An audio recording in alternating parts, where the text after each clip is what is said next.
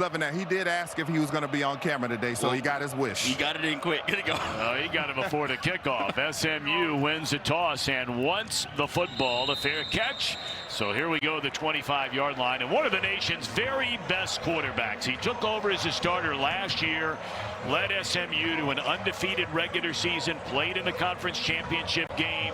He has been lights out, man, as Kevin Jennings. Yeah, we talk about this streak that they've had in the ACC, and he's been the quarterback pretty much this whole entire time. Yep. So it just talks about the consistency, the trust, all the things that he's able to do to make this offense go. Ranks in the top 12 in the FBS in passing, touchdowns, passing yards, yards per game, completions. Are going to give it to the youngster right from the get-go.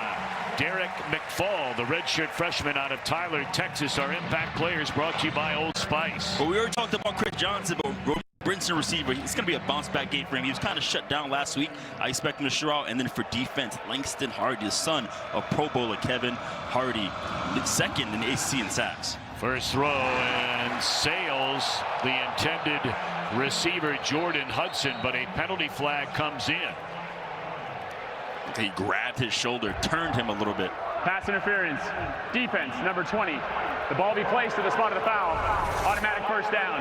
Yeah, you can see in press coverage, he just a little bit grabs the shoulder. Ladarius Webb Jr., who's been playing well as of late. A little too aggressive there. And his dad, of course, a former NFL player as well. Yeah, for the Ravens. He was a good one. All right, an automatic first down at the 37-yard line for the high-flying Mustangs. And that a little bit too much of a fastball right there, intended for Romello Brinson, who ranks in the top 7 in virtually every receiving category in the ACC so far this year. Yeah, this is what this offense loves to do. Casey Woods, he loves to get the guys on the perimeter. Obviously, Rhett Lashley calling the play, but speaking of Casey, he talked about getting his athletes in space on the outside, and right there just had a mishap. What a job Lashley has done. 7-6 his first year, 11-3 each of the last 2 years. They dump it off out of the backfield to Chris Johnson Jr., and just not much running room there. Picks up a couple of yards, brings up third down and long. This is a good Wake Forest defensive team. Yeah, you can look every time a player from the SMU has the football, you see about 10 black jerseys around that player. They are swarming to the football, trying to eliminate pretty much the explosives. All right, so you got trips to the bottom of your screen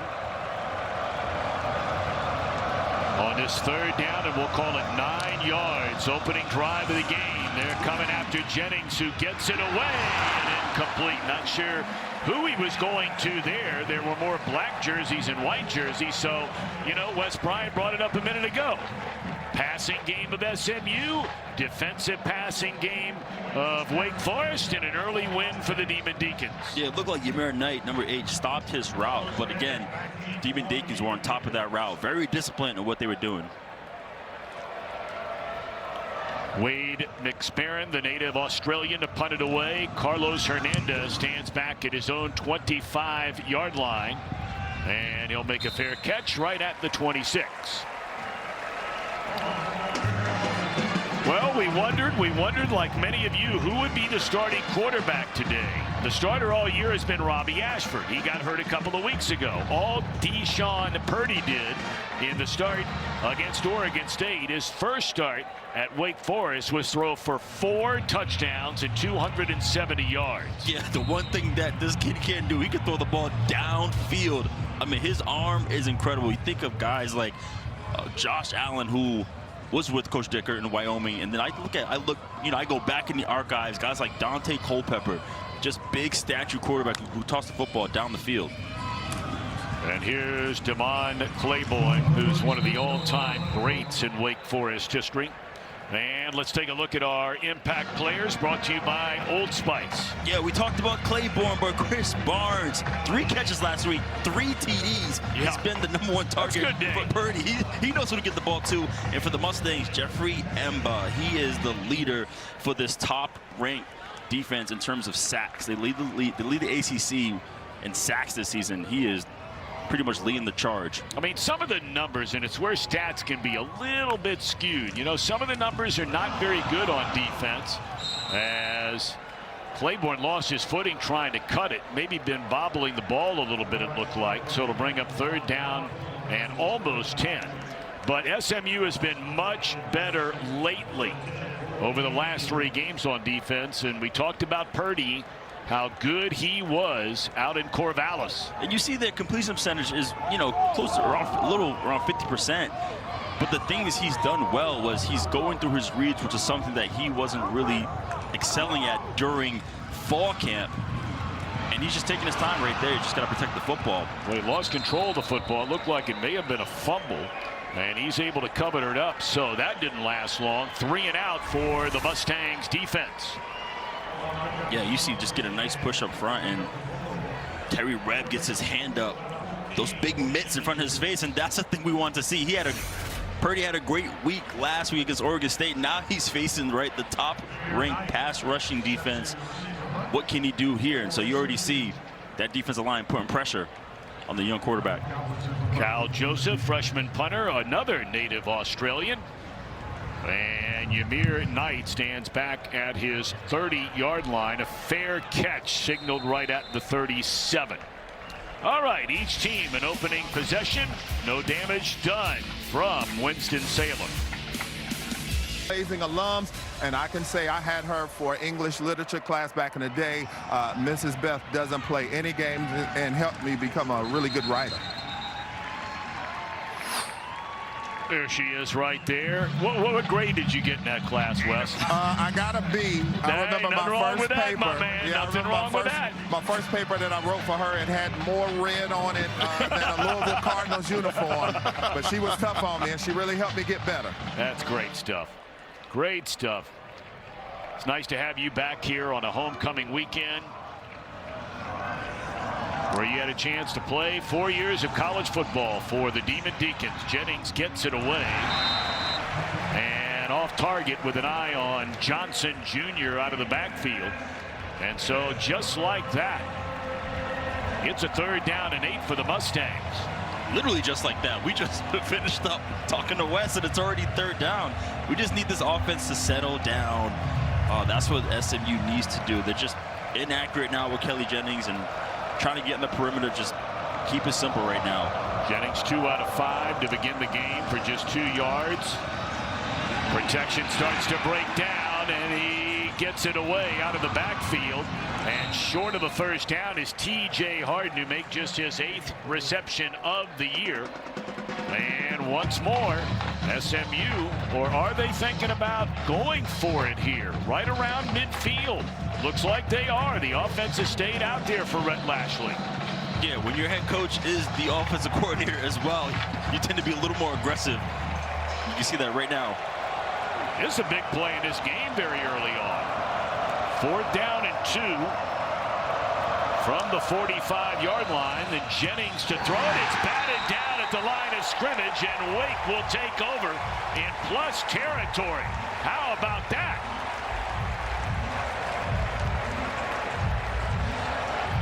Looked like Devon Patterson, the redshirt sophomore out of Jacksonville, knocked it down. Yeah, incredible job. They bring pressure. He just gets his hand up. Quick game. If you can't get to the quarterback, get your hands up, bat that ball down. Looked like they ran double slants to the front side and did a good job just taking care of that. All righty, so we'll see if Wake Forest can take advantage of that decision early on made by Rhett Lashley. They went 3 and out, gaining only 1 yard their first possession. Now the dangerous situation here for SMU is right now you see the ball's on the 45. This is the fringe area. This is where Wake can start to take shots down the field for a touchdown. Looked like a little confusion there. And the catch is made by the tight end, Eni Falai. But no gain. Yeah, you saw two Wake Forest players get popped on that play right there. There had to be some kind of confusion. Purdie, a transfer from Charlotte, where as an 18-year-old freshman, he was a starter there a season ago. Got 6 starts, threw for over 1,800 yards and 10 touchdowns. And he's looking for the long ball, but his arm was hit as he started to turn it loose by Isaiah Smith. And so it falls incomplete. It'll bring up 3rd down and 11. And Purdie had his helmet knocked off. He's got to leave the game, so who's going to take over for him? We mentioned earlier their starter, Robbie Ashford, already out. Yeah, you saw Robbie just run the field. But again, this defensive line, anyone who's wearing a single-digit number is dangerous. And you saw Isaiah Smith come around the corner. So it is Ashford who has guided this team to its current 4-2 start up until at least Oregon State. And Ashford is sacked all the way back at the 42-yard line. And that again is Terry Webb. We've called his name a couple of times already today. Back-to-back 3-and-outs for the SMU defense. Yeah, how about that first play of the game? You just get sandwiched, right? You get tucked in. That's big man right there, Webb now. Him and Emba. That's a dynamic duo of defensive tackle for the Mustangs. But again, this goes to why Coach Lashley felt very comfortable going for it right there on the 50-yard line. He felt really good about his defense, and they tend to prove him right there. Great point. So now on to punt it is McSparron, and Ymir Knight stands back inside his own 10-yard line. Angled toward the sideline, and Knight at the 9, and excellent special teams coverage for Wake Forest. Very quiet beginning.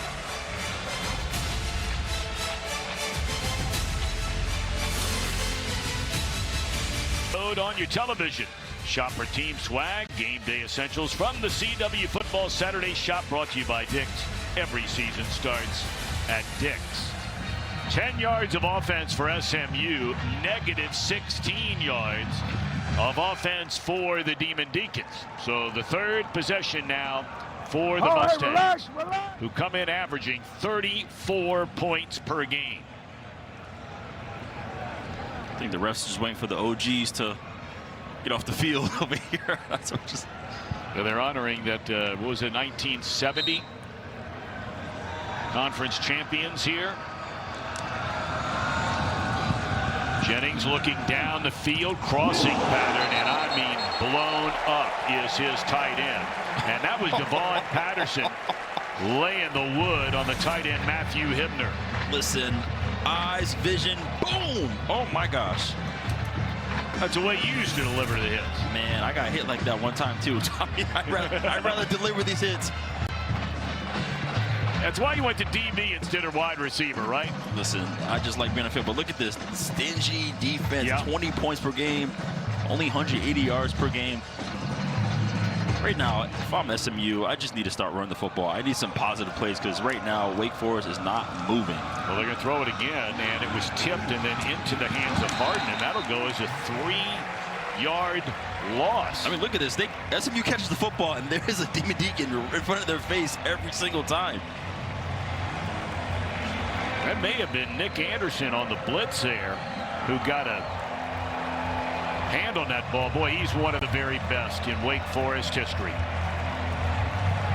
Yeah, just in terms of his effort, his durability, his experience. His 51st game, his 35th career start. He understands the defense. He understands the opponent's offense. Third down and nowhere near either intended receiver. Seems to be a little bit of miscommunication going on out there right now. You had Hibner standing in one area. You had Romillo Brinson about 10 yards down the field. It was thrown in between them. Yeah, you see Brinson up top here just running a sit route. And, yeah, he just misfires it behind him. Which, I mean, I would say good thing he threw a back shoulder. Otherwise, that could have been picked off. So 3 and out. And now punting from his own end zone is McSparron, and you've got Hernandez. That was nearly blocked. Very short punt. It may have been tipped. Hard to tell from here. We're at the very top of this stadium. But that punt didn't travel more than about 25 yards max. Yeah, based on the way they're celebrating, it looks like they possibly got a fingertip on the football.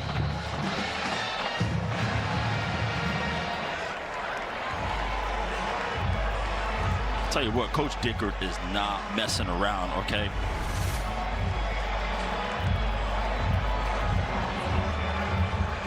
Yeah, he just shanked it. Okay, he just shanked it. I mean, the pressure alone was enough. All right, so back-to-back possessions where the field position for the Demon Deacons couldn't get much better. They went backwards the last time. They've not started that running game yet with Claiborne. They're going to give it to him now. And that's more like Demon Claiborne right there. A gain of 5. Boy, what a career he has had at Wake Forest. Absolutely. We talked about it earlier. His yards per average over 7, which is second in the conference. Also, he has an 85 yard for a touchdown. But right now, Robbie Ashford's still in at quarterback, Tommy. Well, the helmet was knocked off. Of course, the starter, who is filling in for Ashford, they're going to run it again. And Claiborne, second time he's lost his footing. What's the very latest, Wes Bryant, on Deshawn Purdie? Yeah, the latest on Purdie is that he is in the tent right now being evaluated by the Wake Forest staff. Don't know when we'll see him again, but he is in the tent as we speak. All right, thank you so much. We saw Ashford when he got hurt at the very end of the Virginia Tech game. That was a big win for the Demon Deacons, unquestionably the biggest yet for their first-year head coach, Jake Dickert. So here we go on a 3rd down and 5. Ashford's had a nice year. He can do this. He can run it. And he has enough for a first down to the 10-yard line. Yeah, this is the biggest difference between the two quarterbacks. Robbie Ashford, he gives you this ability to run the football as a quarterback and be more dynamic in the RPO action. And there you see the overall numbers this season for Ashford. Granted, only a couple of touchdowns, 4 interceptions. He's run it well for better than 230 yards.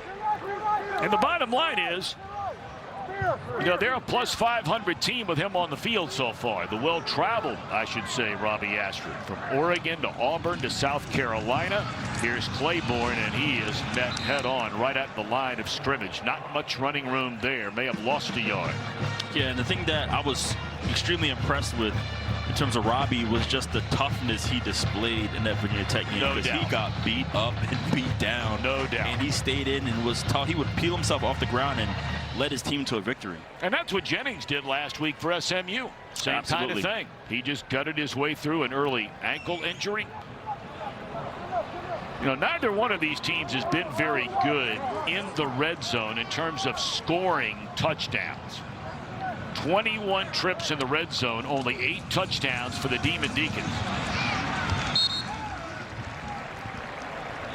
Claiborne will get down to the 8-yard line, and that'll bring up a 3rd down and goal for the Demon Deacons. You flip the script, and SMU has been very good on defense inside the red zone. Opponents have been in there 27 times, have only walked away with 11 touchdowns.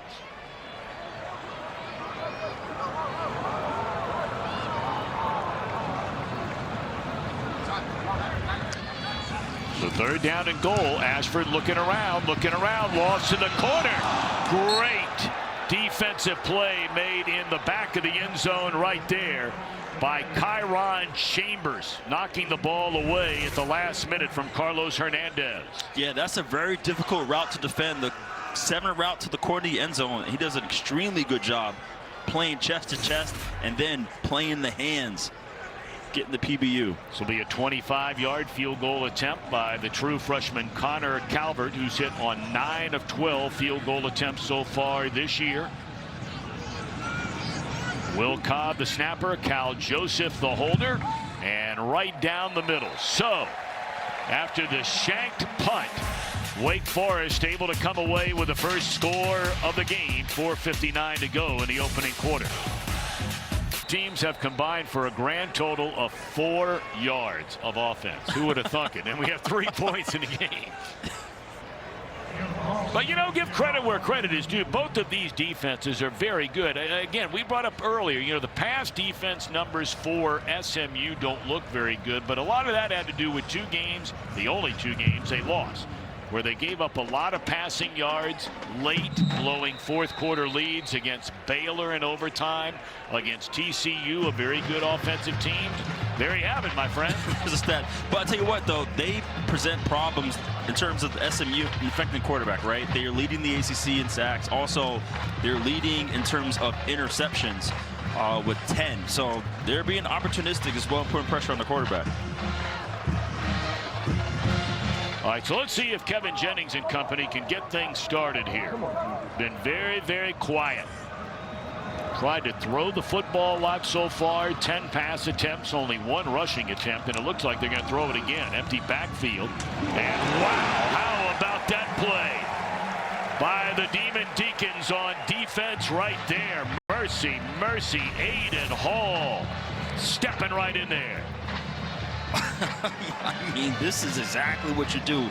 Near foot, near shoulder, hit and drive for 5. Hall has played in every game his first 2 years. This is his first year as a starter at middle linebacker. And now Johnson in the backfield. They're going to hand it to him. And closing speed right there by Quincy Bryant. Boy, this defense has come to play again early on in this game. 3rd down and 11. I'm talking about they're on them like a bodyguard, right?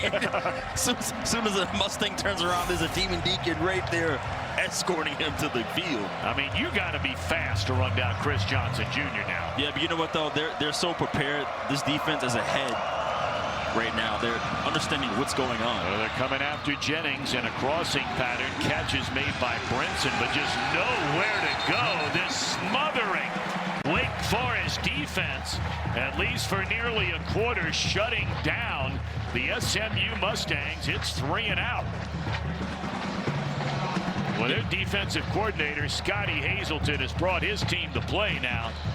Yeah, when we spoke to Scotty yesterday, he was real enthusiastic about this defense in terms of how quickly they picked up all the terminology, all the schemes, because now he can really just unload whatever defense he wants to play, and these guys will execute it to perfection. Carlos Hernandez stands back right around his own 40, and he'll field it roughly right there at the 37, a fair catch. We invite you to stick around all day long. CW Sports Weekend coming up next. Toledo at Washington State. Then the NASCAR Xfinity Series playoffs race into Martinsville. A spot in the championship on the line. That'll be followed by PBR Teams Championship from Las Vegas. And tomorrow, the PBR Team Series crowns a champion. CW Sports Weekend brought to you by Ariat. That continues next, only on the CW. So a little bit of Wake Forest starting to run the football when during their last possession.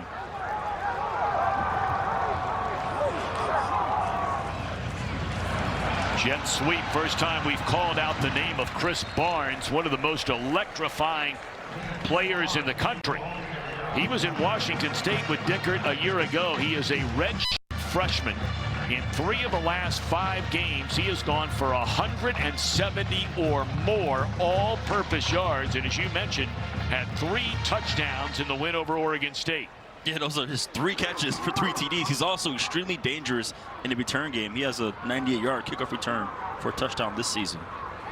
Only gained a couple of yards on first down, so now Ashford looks one way, rolls the other, throws, and underthrew. An open receiver down the field in Sterling Burkhalter, so it brings up a 3rd down and 7 for the Demon Deacons. Yeah, right now, Robbie, he's tending to stare down his receivers, and there's a guy, I think it was Micah Mays, that hooked up right there. It was wide open. Well, that's a good sign, we think, right there, seeing Deshawn, the starter today, the back for a year.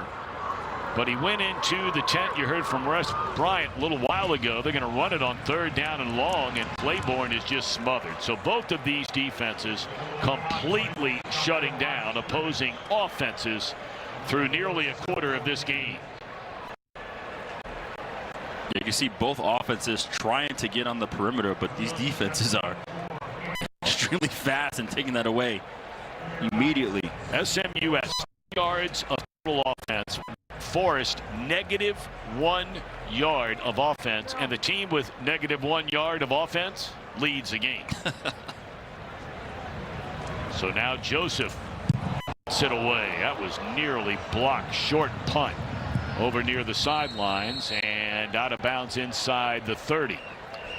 Well, we remind you again, tonight the NASCAR Xfinity Series playoffs roar into Martinsville Speedway. 4 drivers will punch their ticket to the championship.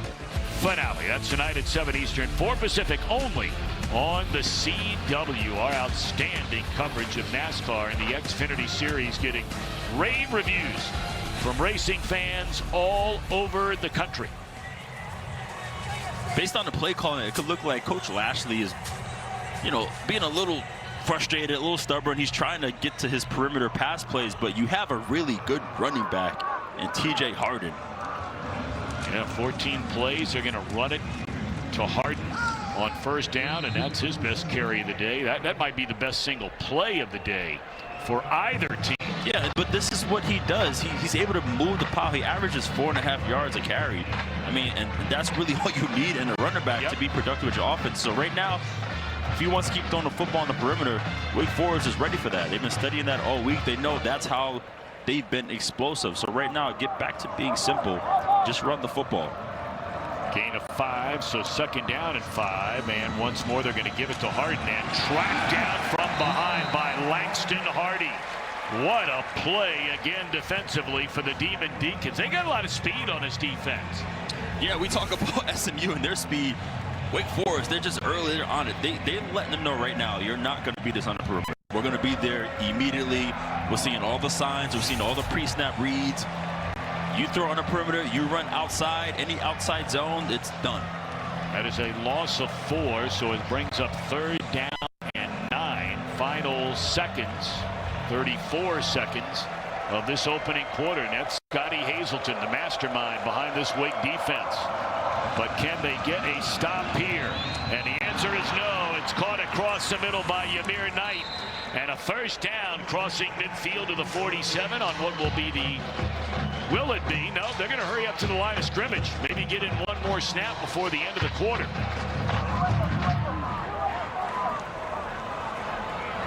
Jennings looking around, well protected this time. And throws, it should have been intercepted. My goodness. There is a penalty flag on the field.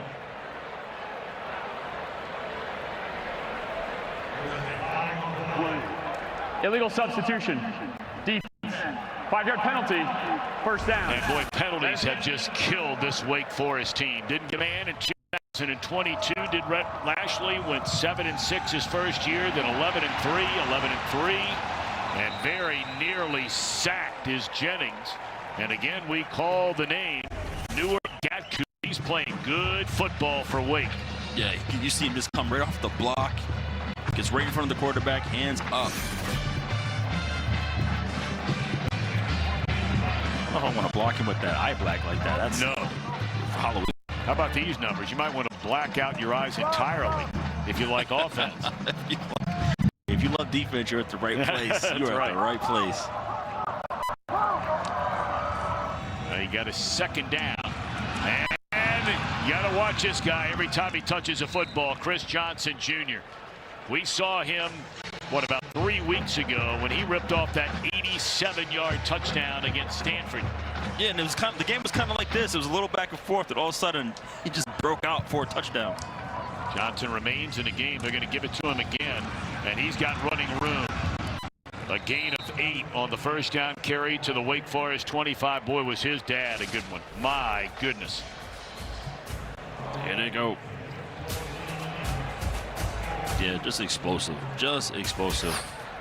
Somehow our producer, Scott Snyder, was able to graduate from there. I have no idea. He knew somebody. Yeah, he did. He didn't have any professors like Wes Bryant had here at Wake Forest. Yeah, that is hilarious, man. It made me out there. Laugh pretty hard. But now, finally, SMU's in a situation where they have a manageable third down. Not 3rd and 9, not 3rd and 10. Now it's 3rd and short. Assuming this will be 4-down territory for them. Yep. TJ Harden on a 3rd down and yard off to the left hip of Jennings. They're going to give it to him, and he'll have a first down. Able to lunge forward to the 20-yard line. So for the first time today, this SMU offense getting a little bit of rhythm. Again, doing it in the interior. Inside zone. Then using both running backs, Chris Johnson and TJ Harden. Harden again looking to cut it back and is able to pick up 3. Forced back to the inside there by the free safety, Braylon Johnson. So they call it a gain of 2, second down and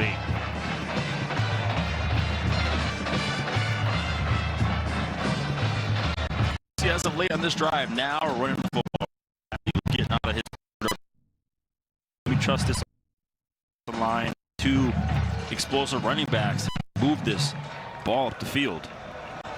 Jordan Hudson in motion. Johnson just nowhere to go. He is bottled up by Jaden Loving there.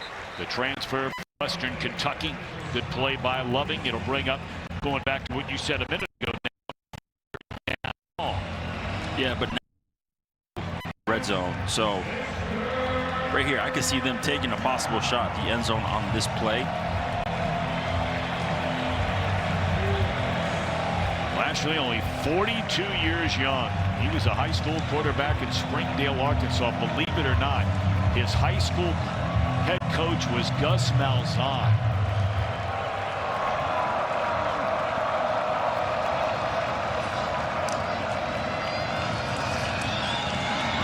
Lofted towards the end zone. And what a play, what a play, what a play on defense. And we have called his name a number of times already today. Devon Patterson. What a great play this is. Yeah, that's incredible.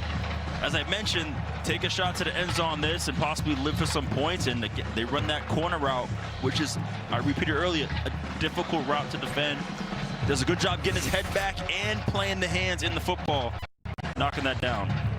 Sam Keltner, the ACC Special Teams Player of the Week, hit 2 48-yarders and a 51-yarder in the win over Clemson. This from 36 and hammers it right down the middle, which will tie the game. So a couple of minutes into this second quarter, we're tied at 3. Demon Deacons homecoming weekend here in Winston-Salem. Little pooch kick and trying to cover it up, and able to do so. Wake Forest right at the 30-yard line. Let's check in with the guys back in our studio. All right, Tom, time to check in on a CW studio update presented by Ariat. Ole Miss on top of Oklahoma 10-3. John Mateer trying to get back into that Heisman conversation after getting banged up with that hand injury. This will help. A 76-yard touchdown. Isaiah Satania, his favorite target. We're tied at 10, Tom. This is going to be a good one. That's a very important game if you're thinking about not only the SEC title, but maybe as an at-large for the college football playoff. I mean, the loser of that game might have a tough time getting into the playoff. First down, Thompson, hit the receiver, Barnes, right in the midst, and incomplete. Yeah, he was ready to get out of there. He knew he had one-on-one on the outside. He was ready to catch it, get upfield. Barnes going to come off the field. He rarely ever comes off the field. He has been their best offensive player so far this year, just having fantastic redshirt freshman year. If you're just joining us, Ashford has been the starter the entire season till he got hurt. Did not play at Oregon State, did not start today. And making the reception is Claiborne out of the backfield. A very short gain. Wes Bryant? Yeah, looking Matthew Hibner, big-time tight end for SMU, going to the locker room. I talked to Casey Woods this week, and I asked him who were the MVPs not named Kevin Jennings, and he named Matthew Hibner as one of 2 of those players. How about that? So a 3rd down and 9, and barely any time has gone off the clock. He had a drop pass, he had a 1-yard gain. And they are coming after the quarterback. Good protection and nearly intercepted on a throw down the middle by the middle linebacker, Brandon Booker. Yeah, there were so many SMU defenders. As the saying goes, he threw it into a team meeting right there. Yeah. There's a lot of guys on that play. So I don't know what he saw there, but again, not able to get production on offense for the Demon Deacons. Now they're actually out of the negative. They're exactly at 0 yards on offense, Wake Forest, and 11-10 to go in the second quarter of a 3-3 game. This one will send Ymir Knight, who's unable to get it in the air, picks it up off a couple of bounces and is dropped at the 15-yard line. Well covered on special teams by the Demon Deacons. The newest show in the iconic TV series Law & Order Toronto, Criminal Intent, is on the CW. Same team that brought you the original series. New episode is Wednesday, 8 Eastern, 7 Central, right here on the CW. Well, Wes Bryant, you're back for homecoming. You brought your son along. Have you had a chance to see some old friends since you've been back so far? I actually did. As soon as we walked in the building, I saw a couple of old teammates and classmates, so it's been a lot of fun. I expected to see more guys down here on the field as well, but didn't get to see them, but that's okay. I'm here, and we had a good time walking the quad and going through some memories. We'll leave those to me. Yes, indeed. Yeah, thank you very much. Thank you, and our audience thanks you as well, Wes Bryant. Jennings, great protection and misfires. He had a wide open, and I do mean wide open, tight end R.J. Maryland, who's had a great career at SMU. One of the very best ever. All-time leader for touchdowns by a tight end, second most receptions, second most receiving yards. So neither quarterback very sharp early on. That ball is loose. And Wake Forest has recovered inside the 15-yard line. Loving the one who covered it up. It may have been Gabe Kershke who knocked it loose. And how about that turn of events? Make it rain on the sideline. Love it. Yeah, he's coming around and he attacks the upfield shoulder. This is what I love. Don't just go and try to get a big hit on the quarterback. Go for the football. Make a game-changing play. Now you have the football in the low red zone. Well, I mean, field position, you can't ask for any better than Wake Forest has had in this game. Their average field position has been the 50-yard line, average. Now they take over inside the 15, nose of the ball to the 14. Can they get Claiborne going? That's where they say they have really struggled, is running inside the red zone. They're going to pitch it to Claiborne, looking for room, and just not much there.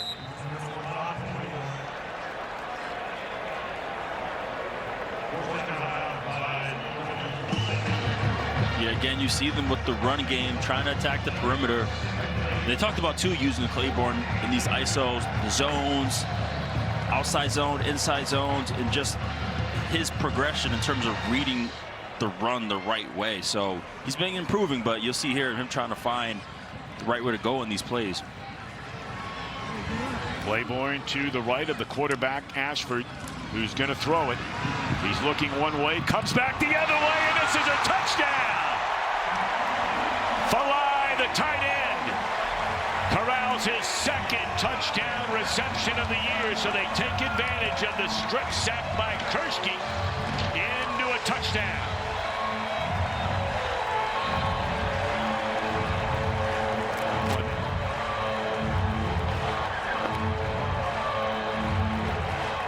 Such a great play design of misdirections, wheels and shallows, really having their defense eyes all over the place. Now Connor Calvert for the point after. Out of the hold from his punter Cal Joseph, and it's right down the middle, and don't look now. Long way to go in this one. Figured to be a tight game. And that we have in Winston-Salem, the home team in front by 7 on homecoming weekend. That is what I'm talking about. Already knocked out today's game, still getting checked out, but then you have Demon Deacons getting the strip sack, great field position, and then the Demon Deacons, Robbie Ashford leading them into the end zone with the lead 10-3. How about that? Affected the quarterback a lot today, both of these defenses. Yes, they have.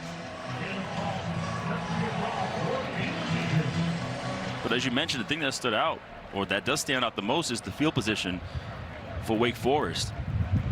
Well, you had the fourth down try inside their own territory by SMU that failed. So you took over. You had the shank punt, and they took over inside the 30. And now the strip sack fumble leads to a touchdown. 20 consecutive wins in conference play. The last time SMU lost a conference game, you've got to go back against Tulane in 2022. 11-0 since joining the Atlantic Coast Conference. Won the regular season title a year ago. There's a first down run and just not much there for Hardin. Of course, they would lose to Clemson at the buzzer in the ACC championship game and then lost to Penn State in the opening round of the college football playoff. But it doesn't take anything away from what Brett Lashley has done. And look at that, outscoring opponents during this conference winning streak by better than 3 touchdowns. We give it to Hardin. Yeah, and these plays right here are wins. This offense, obviously, we know is extremely explosive, but right here, these are wins because Wake Forest knows they have tons of film now. They know what you're trying to do, and they're taking that away. They're taking away the downfield passing game, the perimeter passing game. They're making you run the football and just take that. And that's their MO, right? They just don't give up the big chunk plays. Correct. All right, so third down. Are they going to run it or throw it? They're going to throw it. Catch is made, but unable to get the first down is Maryland. That is just outstanding defense. And do you go for it from your own 34-yard line? Nope. He thought about it for a minute and sends out the punt team. I was nervous because if they were going to, I was going to be like, oh, goodness. Tell you, this guy, we talked about Lashley. This guy right here is doing a great job. Oh, Coach Dickert is absolute leader. The absolute professional leader. Lead any football team. Yeah, he is going to win a lot of games as a head coach. Very short punt once again. Let's see where they mark this thing. The sideline of Wake Forest screaming it should be at the 45-yard line. We'll see if the officials agree, and they do agree. In fact, they agree better than that at the 47-yard line. Second terrible punt by McSparran in the game today. After the 10-yard punt, there's been a 10-yard punt and or a 19-yard punt. There's been a 19-yard punt and a 9-yard punt by McSparran so far today of SMU. Claiborne 8 attempts, only 9 rushing yards. He'll get it a 9th time and slips behind the right tackle up close to the 50-yard line. A gain of almost 3 for Demon Claiborne.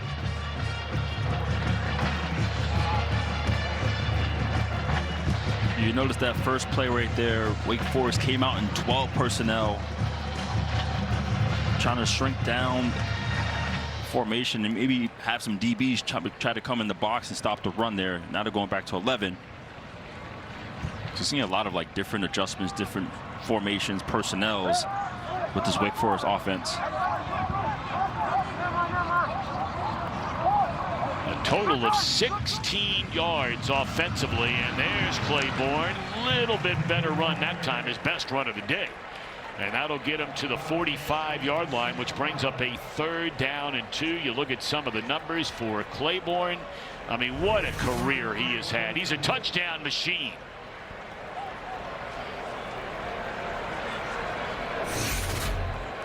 .38 career games, has 28 touchdowns, 24 of those rushing touchdowns, ranks in the top 5 all time at Wake Forest in that category.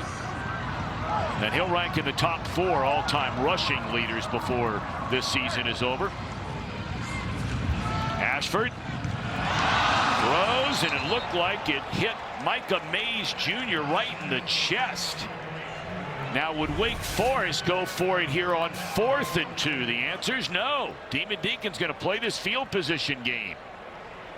Yeah, it's a good pass. If I'm going to be on the defense for Mays, he kind of lost it because he saw, I think Kilgore was right there in front of him.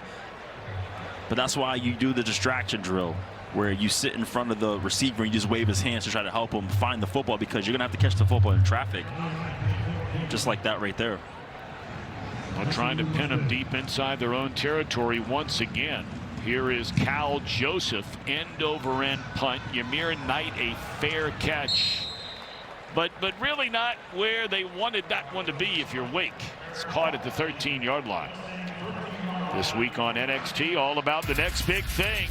The man they call all ego, Ethan Page. You love him or hate him.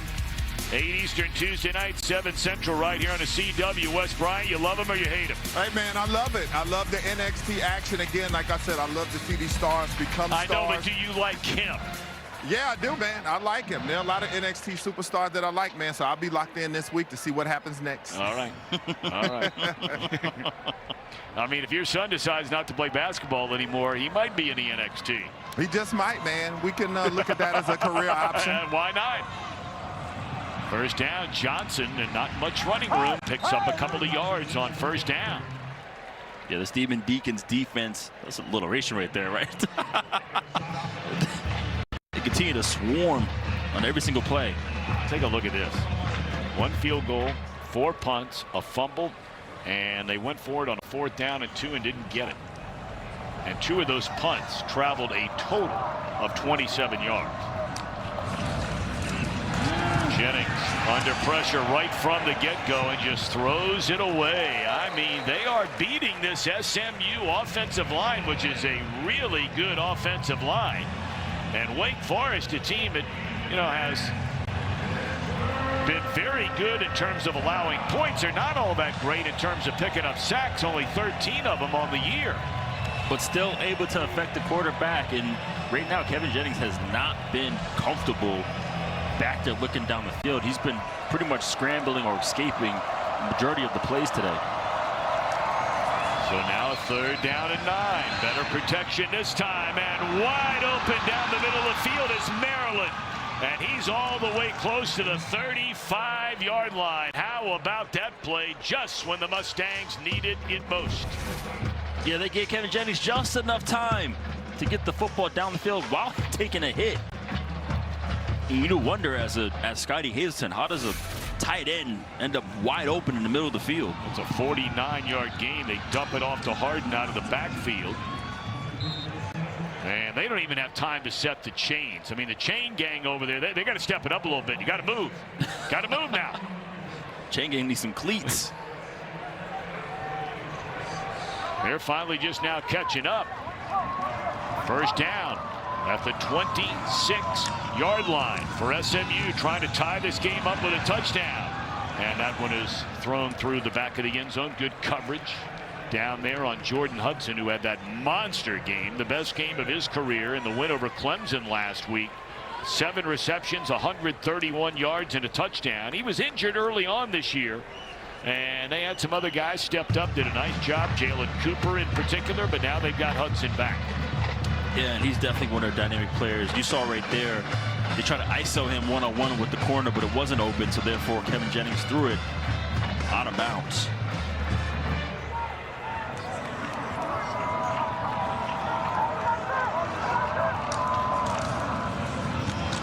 Johnson, very patient runner right there.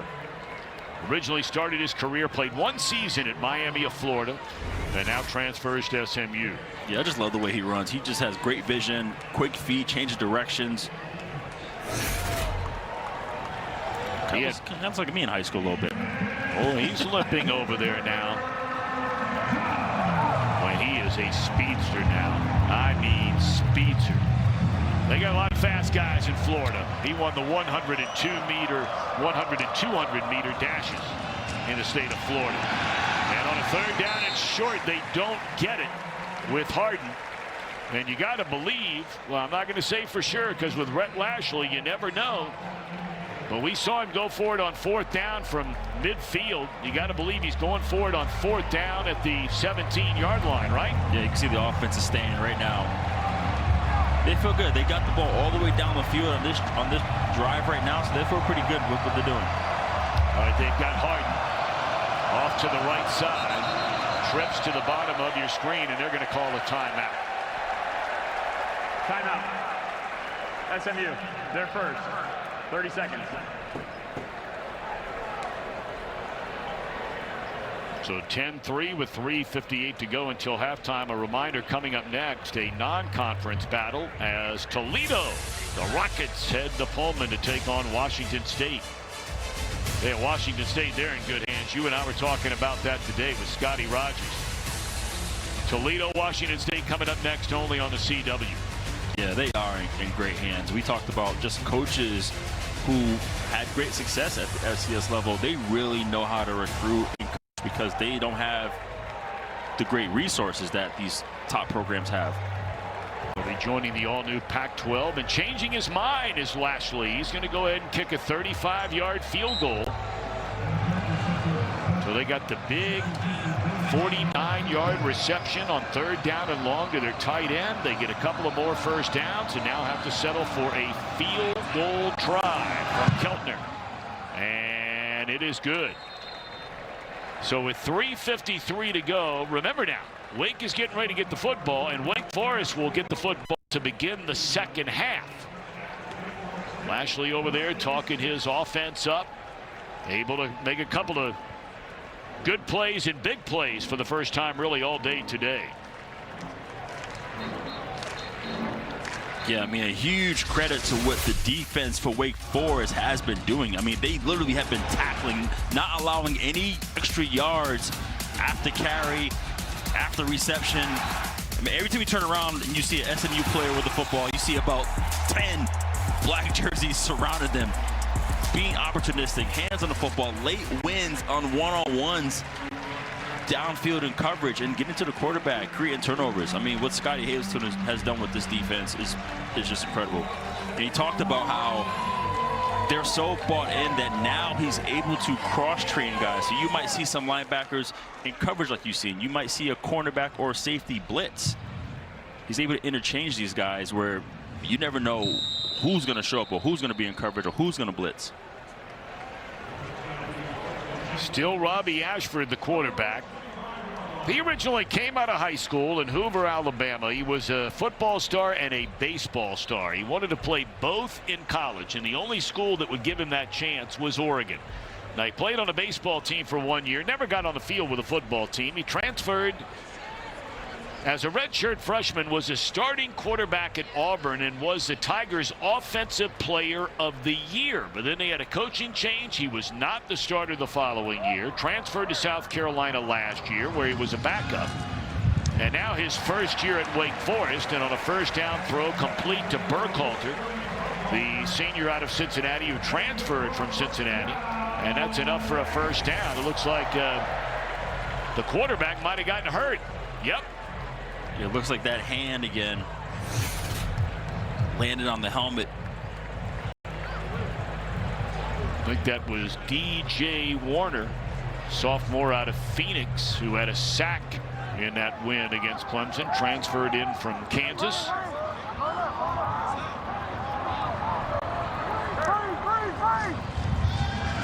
He's going to throw it, or is he? He can run. Flag is down, and when a play lasts that long with a quarterback holding the ball more times than not, it could mean a hold on the offense. Although we'll see. Holding. Offense. Number 71. 10-yard penalty.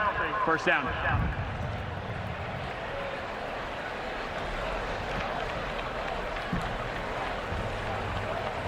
Yeah, when you're in a, if you're Robbie, you're in a pretty much a great competition, quarterback competition like this. No injury is going to take you to the sideline, especially when you know your backup can throw the football like he did a week ago. So he's going to toughen it out. We mentioned earlier, he's such a strong-minded, tough kid physically. We saw him gut through that game as we brought up earlier. There's Claiborne, his best run of the day, so gets a large chunk of it back. That's a gain of 8. Bring up second down, and we'll call it 12. You like that up cam, don't you? Big fan of it. Yeah. Big fan because it gives you the perspective pretty much of the linebackers, and for a defender like myself who's played nickel, that's pretty much what I see. I see this right here. Although you were all over your son's case the other day, not being able to see very well in his game. I mean, good Lord. All right, completion here. And short of a first down, but it certainly brings up third down and manageable, and that is Barnes, his first significant play of the game. They're going to hurry up to the line of scrimmage. Well, I did not see Wake make a substitution there, and the officials held up for SMU to make one. Maybe they did. I think there's possibly a change for the receivers. And that'll get us to the 2-minute timeout. Stay tuned for the final 2 minutes of the half, presented by the Wells Fargo Active Cash. Going to come away with something going to the half, knowing you're going to get the football back. 6-3, either one is better. Doesn't matter. Man, you don't want this SMU offense to have another shot at it with a couple of minutes to go. And it's knocked down. How about that? It looked like Terry Webb dropped into coverage a little soft coverage, and was able to knock it down. Webb has been all over the field for SMU today. And that's Chris Johnson Jr. headed back to the locker room. Saw him limp off after a 8-9 yard run the last possession. That's not good news. Yeah, that's what you don't want. You got your surefire firework person who can make all the plays for you on the perimeter and down the field. And they fake the punt. There is a penalty flag down, and there's another one down. So there was a penalty flag right behind the line of scrimmage, which generally makes you think it's the offense, but then the flag at the end makes you think there may have been a face mask or something along those lines, as Jake Dickert pulls a rabbit out of a hat and surprises SMU, but will it stand? Boy, he is hot down there. Yeah, perhaps somebody wasn't set on the other side, you know.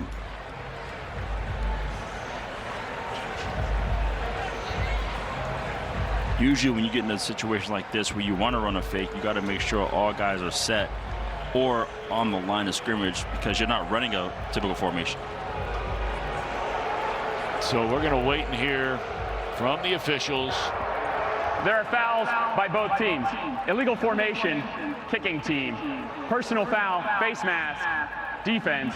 Those fouls offset. Replay fourth down.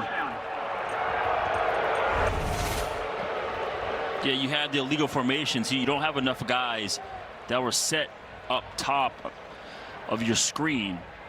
You have to have somebody on the football, and then you have right here the easy call with the face mask.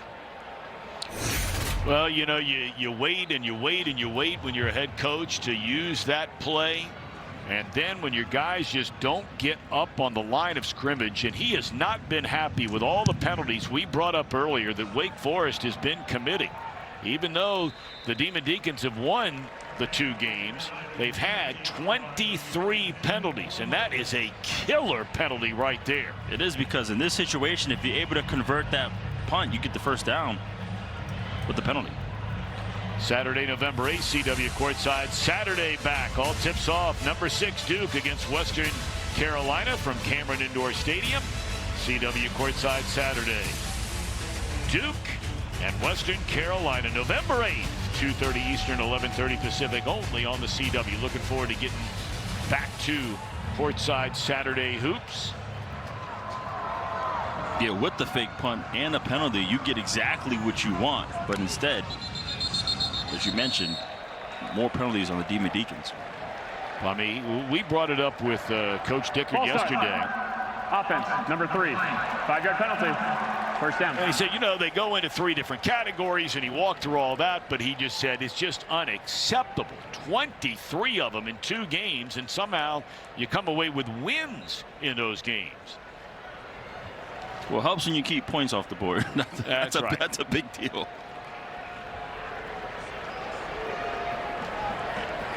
All right, so a first down and 15. TJ Harden in the backfield. That's a tight end, Maryland, in motion. They're going to hand it off to Harden.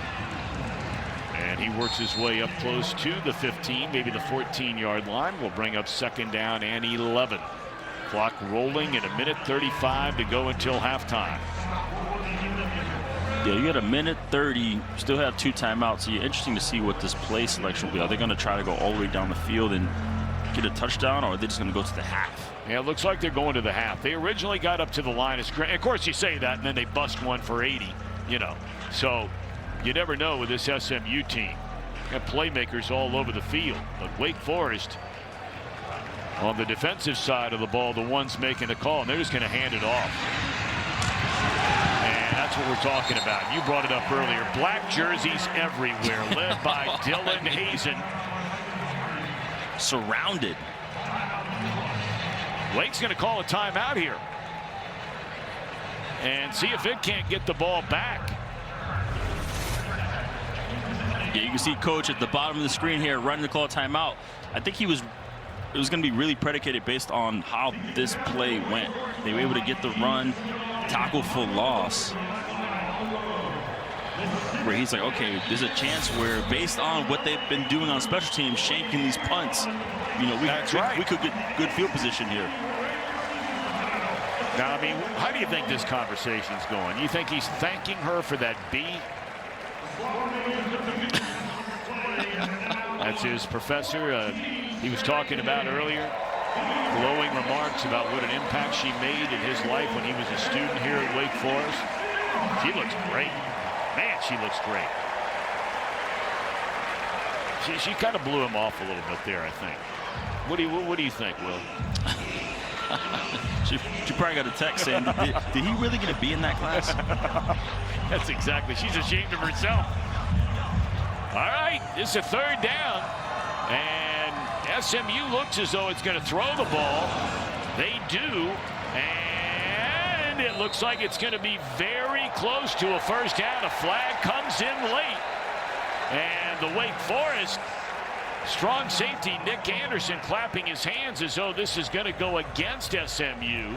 I don't think that they got a 1st down, as Yamir Knight was short. And was this a late block by 70? You're going to see 71 there, right here. Logan Parr.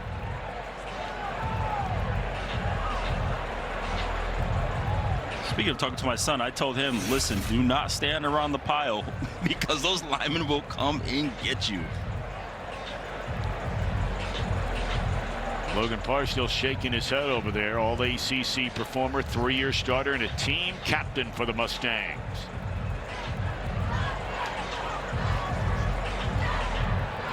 Look, he probably warms up on the bar with how much punts he weighs. That's exactly right. He probably didn't push him hard. That's just what happened. Yeah, when you go 318. The ruling on the field is the runner was short of the line to gain. After the play, personal foul, unnecessary roughness, offense number 71. Penalties half the distance to the goal. Wake Forest has declined a 10-second runoff. Please reset the game clock to 56 seconds. It will start on the snap. So they can burn 25 seconds on this once they start this clock. Yeah, this is But tough. Wake has a timeout here. Yeah, this is wild because they're short, right, of the 1st down, and the penalty happened after the play. So then now they're back there. That's a double win. Look at this alignment. I mean, they're not going to stay in this alignment, but they want to make sure this punt is well protected here. And here it comes off the left foot. And dropped. And it's loose. And it's picked up. And it cannot be advanced. But it's going to be SMU football. So the best laid plans there, of course, by Dickert. You caught a break on the penalty. You were going to get the ball right around midfield. And then your punt returner, Carlos Hernandez, drops the ball. I know exactly what he was thinking. He said, look, Peter, the punt is short. He was going to get away from it in the last second. He said, wait a minute, I can actually try to get this. So he was real indecisive right there, but that right there is tough. That is not what you want to happen. They were going to be in a great situation to try to leave this half with more points and then give it right back to SMU. Link Rhodes able to pick it up. Brought up earlier, he cannot advance that ball. but it's at the 46-yard line. And SMU has 2 timeouts remaining and now thinking about some points after pretty much conceding time on the clock at the end of the half. They lay it off for a 2-yard gain by Derek McFall, the redshirt freshman out of Tyler, Texas. He had a nice game against Clemson. He's a talented player. 4-star high school recruit. I think about that muff rule, how you cannot advance a muff, but on kickoff you can advance. That's a live football. So that's doesn't make any sense. I mean, if a guy botches returning a he punt, drops the punt. It should be picked up in advance. I don't get it. But for the times that I dropped the punts, I am thankful that's not a rule. Yeah, but you ran some back for touchdowns too. Jennings slings it, and it's intercepted. Now, was he down? Did they say he was down? Still on his feet and still running is Purdie inside the 20 all the way down to the 13. Was he ever down when he made the interception? And it looks like this is going to stand, that he was not down. How about this? No, he came down on top of the defender. His fanny never hit the ground.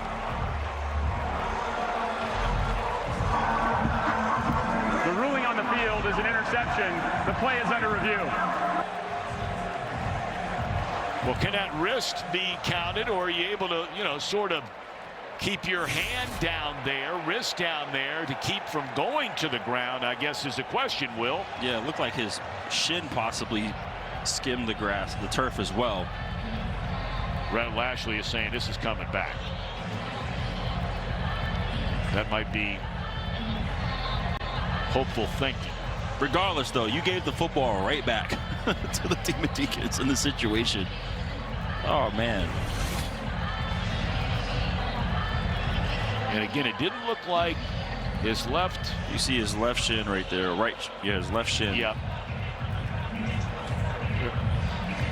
Shin may have made contact with the ground. Taking a long time to make this decision here.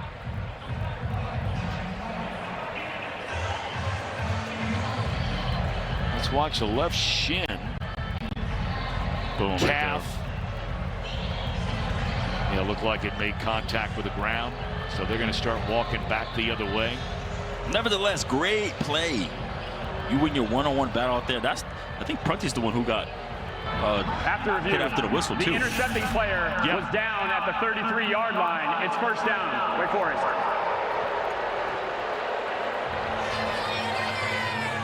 Well, lots to cheer about, especially on defense for the Demon Deacons here in this first half against one of the best offensive teams in the country, one of the highest scoring teams in the country in SMU.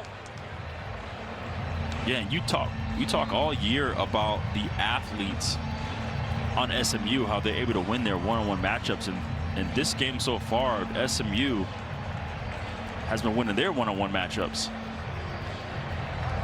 And now the starter in the game at quarterback, Deshawn Purdie, comes back onto the field for the final 38 seconds of this half. Yeah, if I'm SMU, I'm thinking like, okay, this ball's going down the field.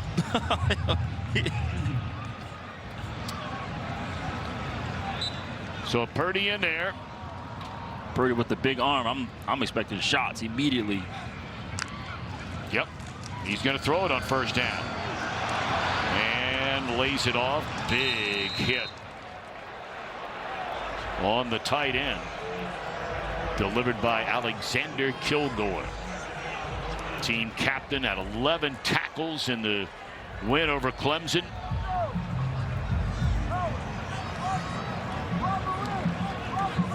There's a lot going on there. A lot going on.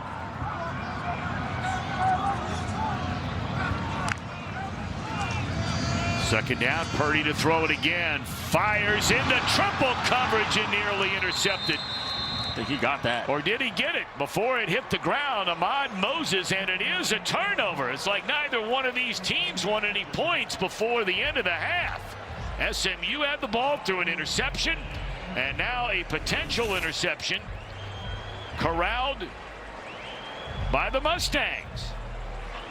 I don't know that ball. It's tough to tell. Looked like there was a little bit of juggling going on there. You be the judge. Yeah, he keeps his right hand under the football, which I believe is enough.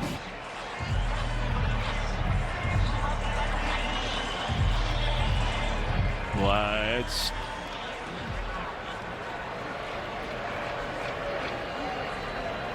it looked like that ball came loose under there.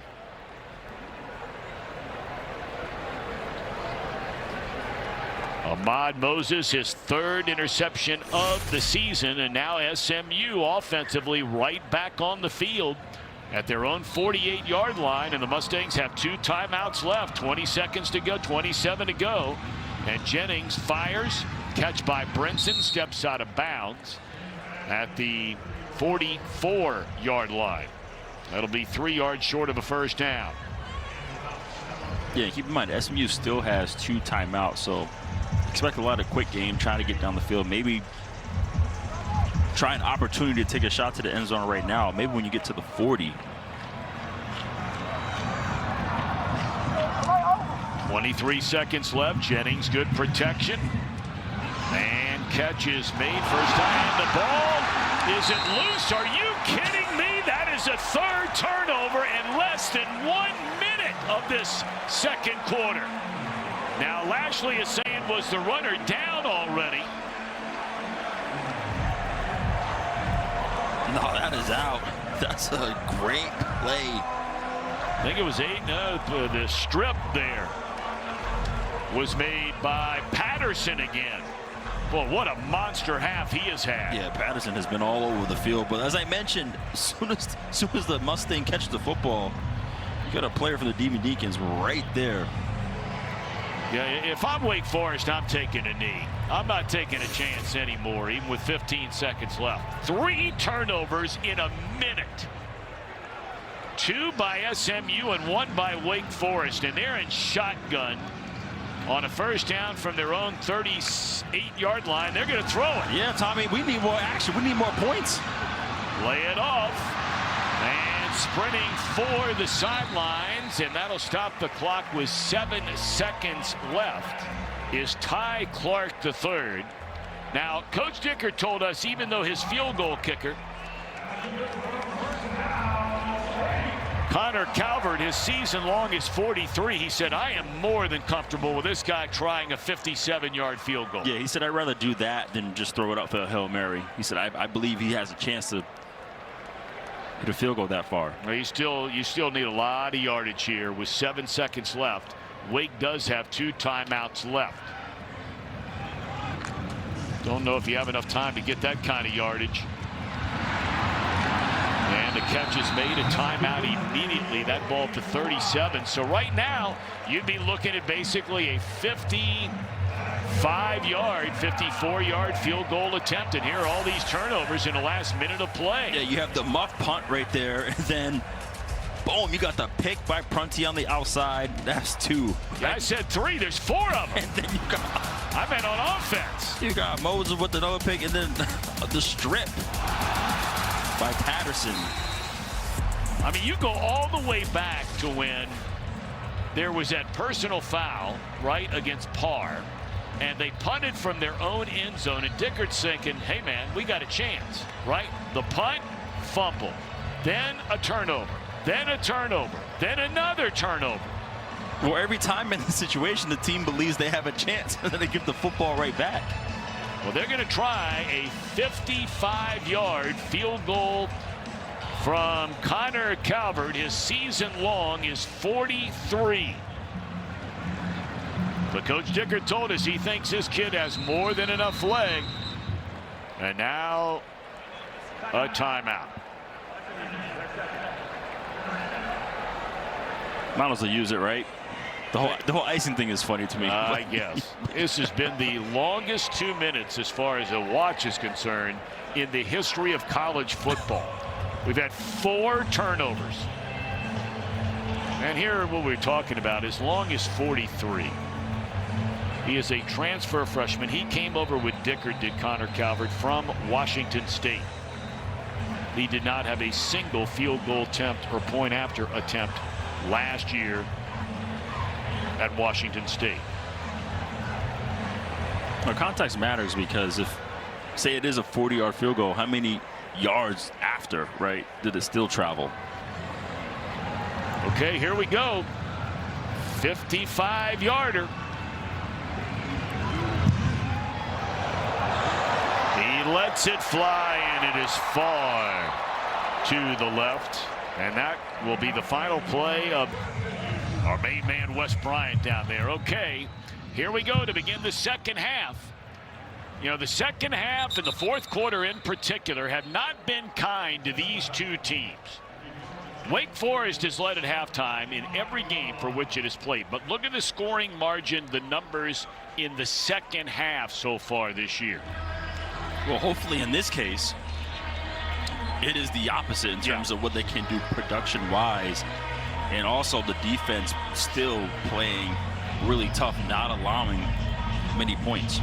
Well, they're going to go with Purdie to begin the second half. He got injured early on in the opening quarter. Hit on 3 of 6, 24 yards, through that interception right near the end of the half. But can they run the ball in the second half? They're going to try to start it. And a couple of yards there for Demon Claiborne. Very quiet for Claiborne. 11 carries, 23 yards in the opening half.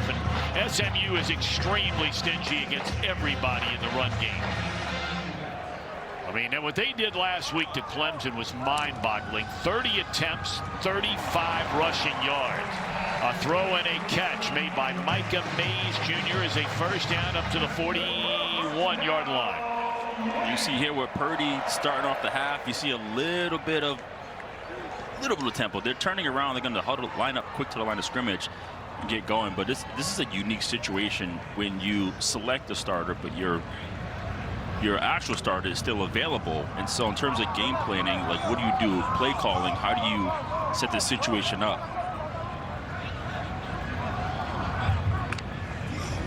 Gonna throw it on first down, pump fake, and then down the middle of the field, and it is intercepted. So we pick up where we left off at the end of the opening half. We had 4 turnovers in about a minute and a half.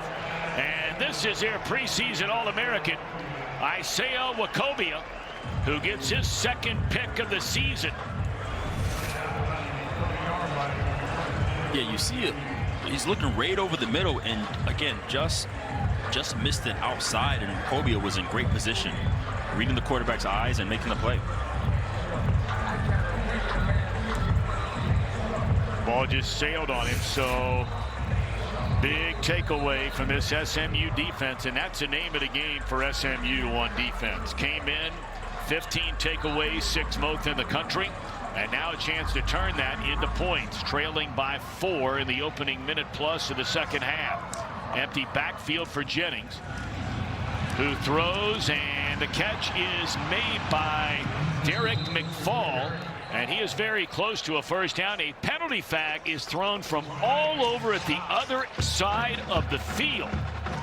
Flag comes in at the 20, right in front of the SMU bench. And Rhett Lashley does not look happy.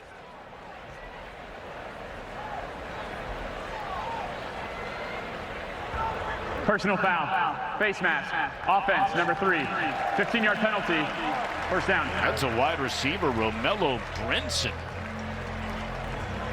They're going to back him up from the 30. And of course, they had pretty good gain there. And now the ball has moved all the way back to the, still waiting on the official spot. Looks like the 37-yard line. Yeah, that's a call you rarely see on the outside. Receiver blocking, they call the face mask. All right, so a first down from the 37-yard line.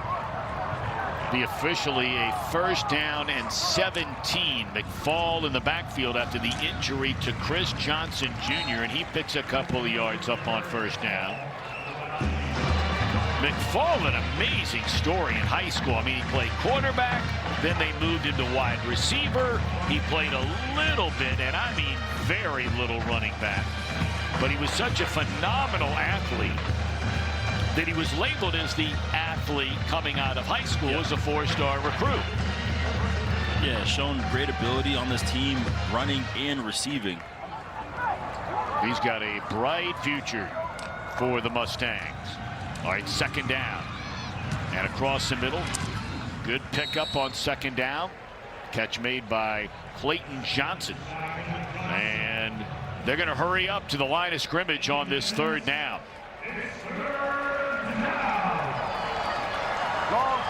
And now they're not. They're going to huddle up.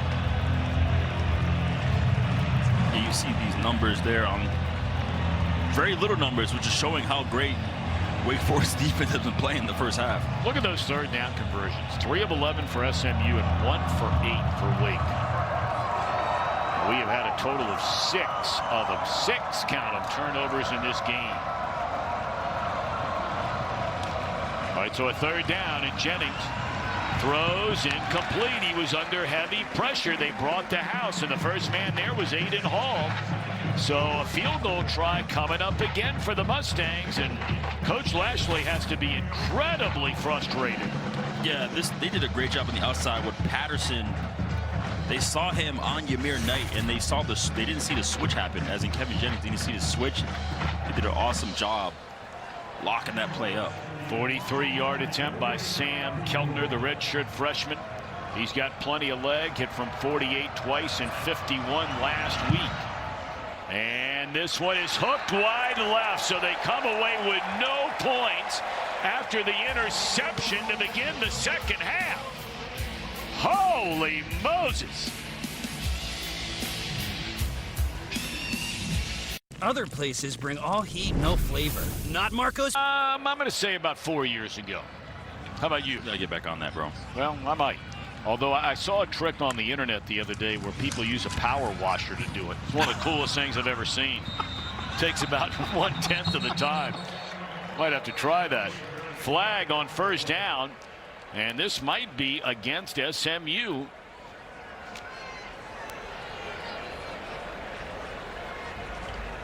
We wait on the penalty. Maybe they're picking it up.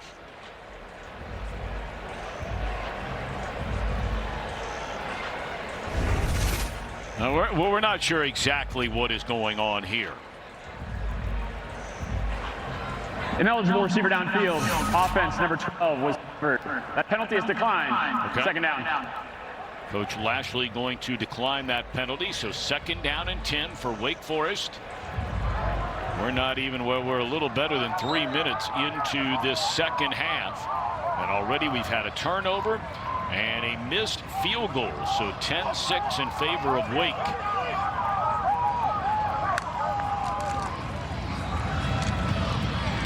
Boy, this is a stingy SMU defense, especially against the run. Allowing fewer than 100 yards per game on the ground to opponents. Yeah, when you have guys like Jeffrey Emba and Terry Webb, Brandon Miazano can just find the way to the running back and make the play. Wake 1 of 8 on third down. This will be third down and 10. Need to get up to the 36-yard line. Purdie fires. Catch is made by Burkhalter, but he looks like he's short of a first down by about a yard. Maybe 2 yards. There's no way, right, Coach Dickert? No, there's no way he's going here. No chance. He'll send out the punt unit. Yeah, Marcellus Barnes Jr. was draped, not just draped all over, he was bear hugging him. That was a tough catch. Yeah, you don't mess around. You punt this ball, let your defense do their thing. Kyle Joseph on the punt. Ymir Knight stands back inside of his own 30-yard line.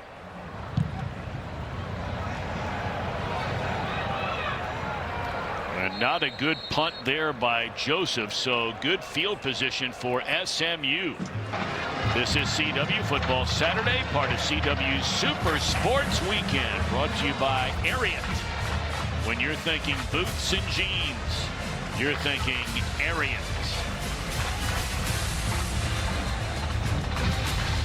Well, Down in Texas, they're always thinking about boots and jeans, aren't they? They're thinking about a first down is what they're thinking about. This offense has just been completely stymied. 184 total yards, and 50 of those came on one play. Jennings fakes to McFall under heavy pressure, and again has to get it away, and that has been the story of the day. Jennings, who is having such a terrific season, has just been flustered by this Wake Forest pass rush. 16 out of 30 for 137 yards. Man, the rush is definitely getting there, but I tell you what, the secondary and the linebackers, they are playing outstanding coverage. They are where they need to be. Anytime he finds an open receiver, there's a Demon Deacon right there in the way. All right, a second down, and again Jennings dumps it off to McFall. Nice little stutter step to get some room and picks up close to 5. It'll bring up third down for the Mustangs, winners of 20 consecutive conference games. SMU has not lost a game in the ACC since coming on board a year ago. And of course, that's a regular season game. They lost in the ACC Conference Championship game in Charlotte last year to Clemson at the buzzer.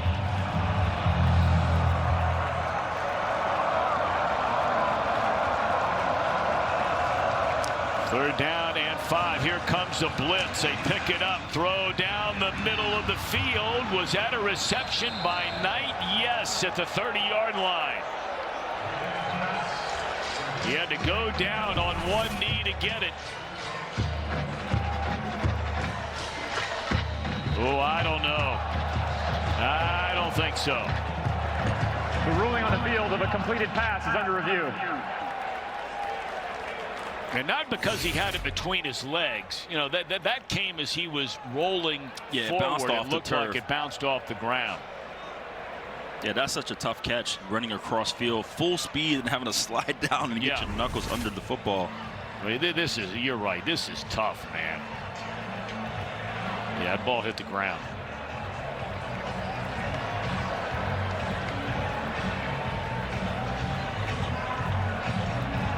But the question is, do they have enough video evidence to say it did indeed hit the ground?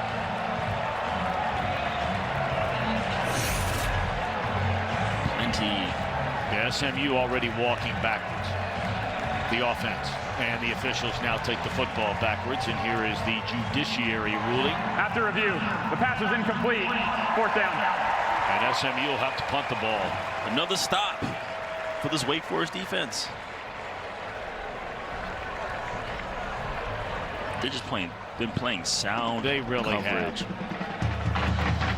I mean, they're giving up 20 points per game in a college game today, and you say, well, you know, I mean, come on, who have they played? Hey, look, they are a microsecond away from beating Georgia Tech this year. Let's not forget that. In fact, should have had the win at Georgia Tech.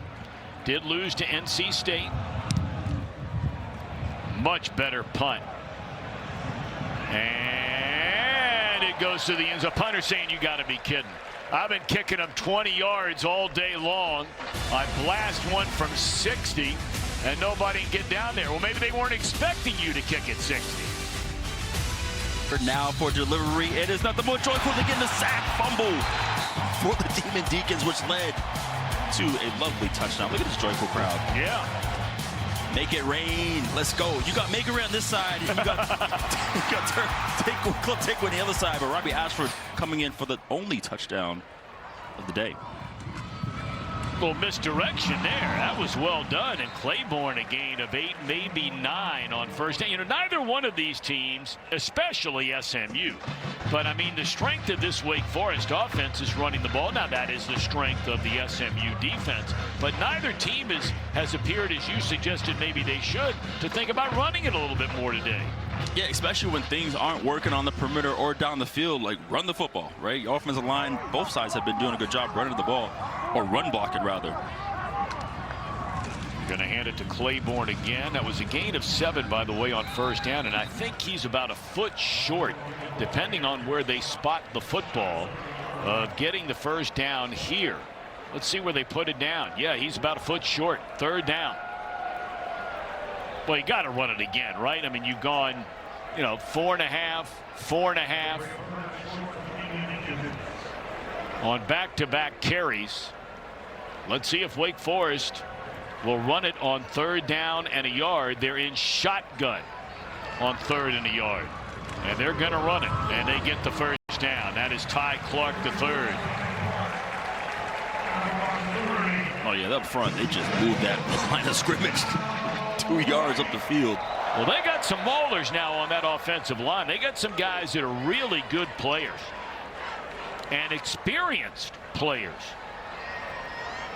I mean, they rarely ever allow a sack. They run the ball very, very well, and that could be a big blow right there. That's Jeffrey Emba, who transferred in from Purdue. As the season has gone on, he has gotten better and better and better. This guy's got a chance to be a player at the next level for a long time. He still has, 1 more year left to go in school if he so chooses.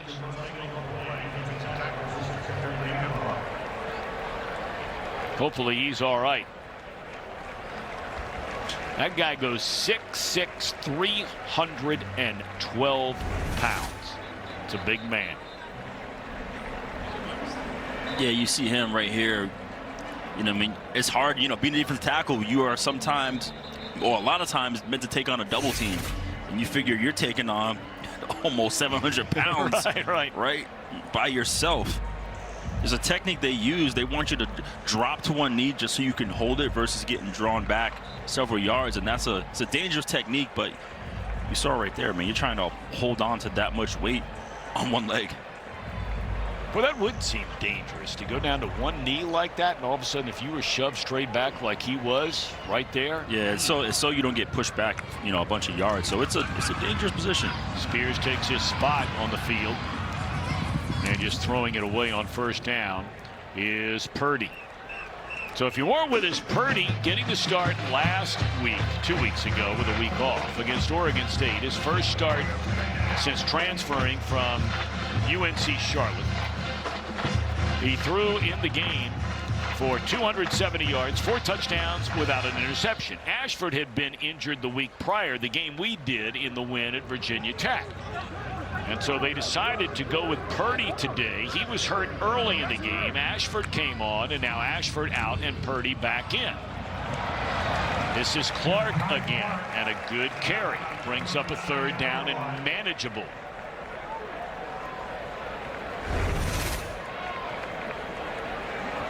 Yeah, right now this offensive line has been doing a great job on this drive. But again, I like it right now. You're taking your time. You're in control. Run the football, right? Use both running backs. Move the pocket with Purdie a little bit. And they like the fact that he does present the ability to launch the football down the field. I mean, that is a gift that he has. All right, we'll call it third down and 3. It's a long 3. Quarterback's going to run it, and he tried to spin his way and is going to be about a yard short. Think they're going to spot it at the 41. And that'll be a 4th down. And in every one of these situations, we have seen Wake Forest punt the ball and play the field possession game in a 4-point spread with 6 to go in the third quarter. Is Jake Dickert going for it? Or will he try and draw him off sides? Well, they break the huddle. 4th down and a yard. That's Demond Claiborne, and they're going for it. Fake the shovel pass, and it's incomplete. Boy, you got to wonder about that call. The quarterback drilled as he threw the ball. That is a hard one to understand. You've had a hard time completing any pass all day long, and you go with this. Yeah, and not to mention, Jeffrey Umba's not in the game. And you did an awesome job running the football on your last short, 3rd and short. Well, Rob Ezel is the play caller, offensive coordinator, and that's a bit of a head scratcher there. On 4th down and a yard, faking a shovel pass and then throwing it 7-8 yards down the field. So SMU will try and take advantage of it. And on 1st down, they give it to Clayton Johnson, who is getting a little bit of playing time today after the injury to Chris Johnson Jr. very early on. We've seen Harden, we saw Johnson, we've seen McFall, and now we get a look at Clayton Johnson. Yeah, so now with that 4th down stop, you give this SMU offense new life and great field position. Well, you've had 2 possessions if you're Wake Forest. You've thrown an interception, and then you go for it 4th down and a yard and turn it over on downs. Not much running room there. It'll bring up a 3rd down and 4, and again it's Clayton Johnson. Well, I tell you, you wonder, is something wrong with Harden? As soon as you say that, he comes trotting into the game. Harden is their leading rusher on the year, like Clayton Johnson is getting carries here with a team trailing by 4 with just under 5 to go in the 3rd quarter. This is a unbeaten streak, the longest in the country. Conference regular season unbeaten streak. Quick throw, and that'll be enough for a 1st down and maybe more. Cutting it back to the inside is Jordan Hudson. And they'll spot it down at the 23-yard line for the Mustangs. Yeah, now they're able to run these wide receiver screens, get their athletes in space to make plays. If you notice in the first half, Wake Forest has done a good job tackling and holding on, not allowing yards after catch. And so far in this half, SMU has been breaking these tackles, getting more yards upfield. The last time SMU had the football, it missed a field goal try. And now Jennings slings it to the far side. And a short gain.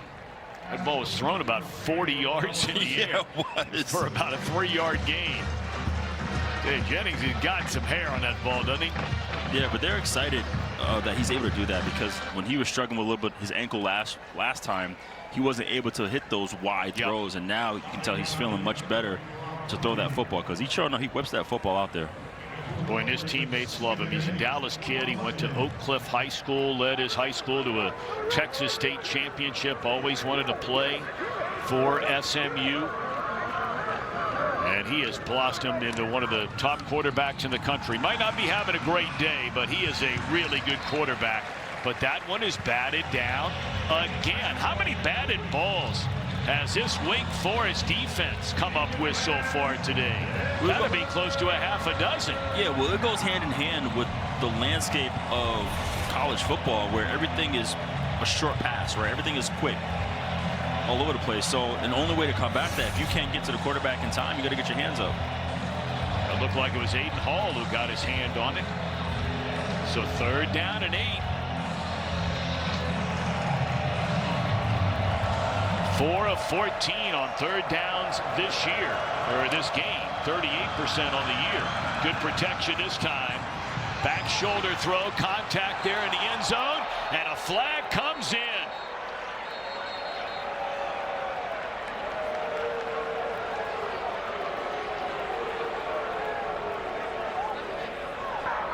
Pass interference. Defense, number 23. 15-yard penalty.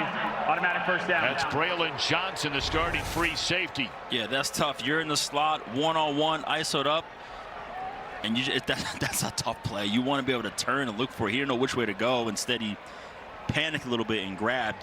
But it's a great job by Brinson jumping up to actually make an attempt to get the football versus trying to flop and not getting the call. All righty, so 1st and goal now for SMU. The nose of the football at the 6-yard line. Trying to take the lead, the Mustangs, here with 3 minutes to go in the 3rd quarter. Clayton Johnson will get into the end zone, and that is a touchdown for SMU. Boy, he could have run from here to the Atlantic Ocean with that hole. And now the Mustangs go up on top and looking for a point after for a 3-point advantage. So that 4th down decision, the decision itself, then the play call decision, which certainly will be asked about at the conclusion of this game, gave SMU great field position. They take advantage of a pass interference penalty, and now the touchdown run, the point after, is blocked. Second block kick of the year for Wake Forest, and we'll see if that turns out to be a big play in this game. I know we got a long way to go, but man, what a difference. A 2-point game compared to 3.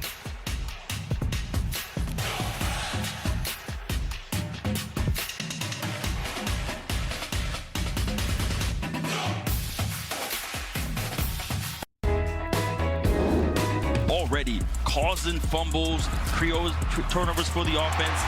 Ashford for 6. And then here you got SMU running the football in, getting the lead here. I mean, this has been crazy with the turnovers and special teams and short field position. I feel like it's very uncharacteristic for both of these teams, but they're taking advantage of every opportunity. Well, we'll see if Wake Forest can respond here. I mean, it's been really ugly for both teams on offense. Good return up to the 30-yard line, but it's been really ugly on offense for Wake here today. A total of 118 yards of offense, 79 passing, 39 rushing, 2 of 11 on 3rd down. They have fumbled the ball 3 times, lost it once. And, of course, they've had the interceptions, which are a big part of the game as well. A couple of those thrown today.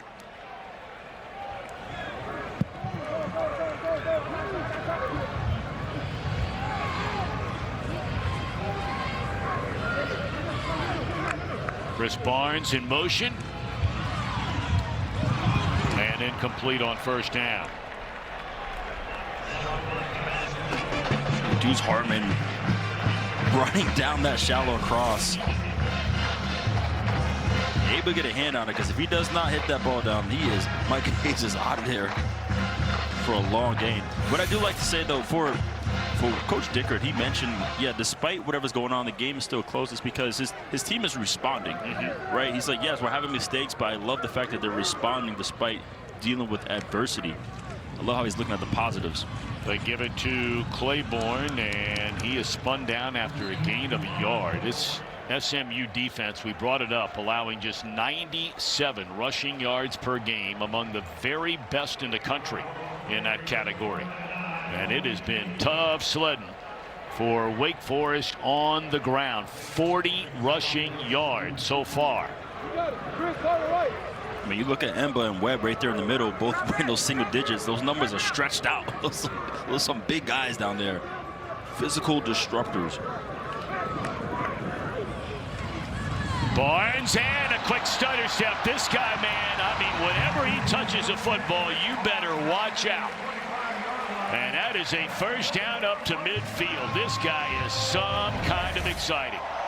Yeah, when you talk about him and you mention all-purpose, that means if he gets the football in space, he is going to be a problem. And they were able to do that there. Gets up to the 45-yard line. Barnes, among all freshman wide receivers in the country, has the 5th most receiving yards. It's interesting to note that 3 of the top 5 are in the ACC. They're going to give it to him again. And that's a good solid pickup on 1st down.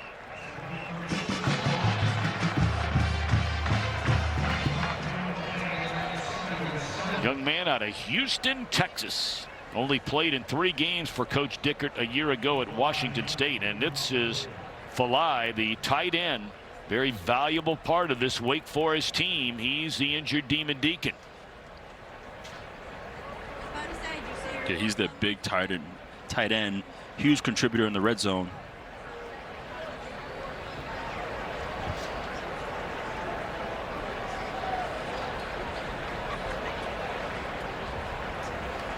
Thank you for joining us here today at CW Football Saturday, part of our CW Super Sports Weekend, brought to you by Ariat.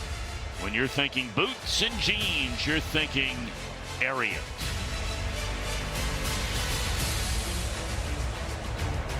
Fulai down, sitting up as the medical staff out there to take a look at him, along with his head coach, Jake Dickert. He's going to need some help. Well, now starting to walk on his own, and looks like he's moving pretty well. There we go. Okay. It's good to see.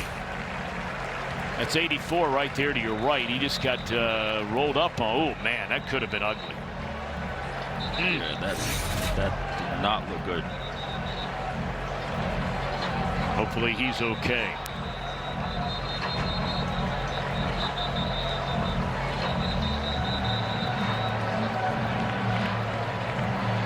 Some of the numbers we were talking about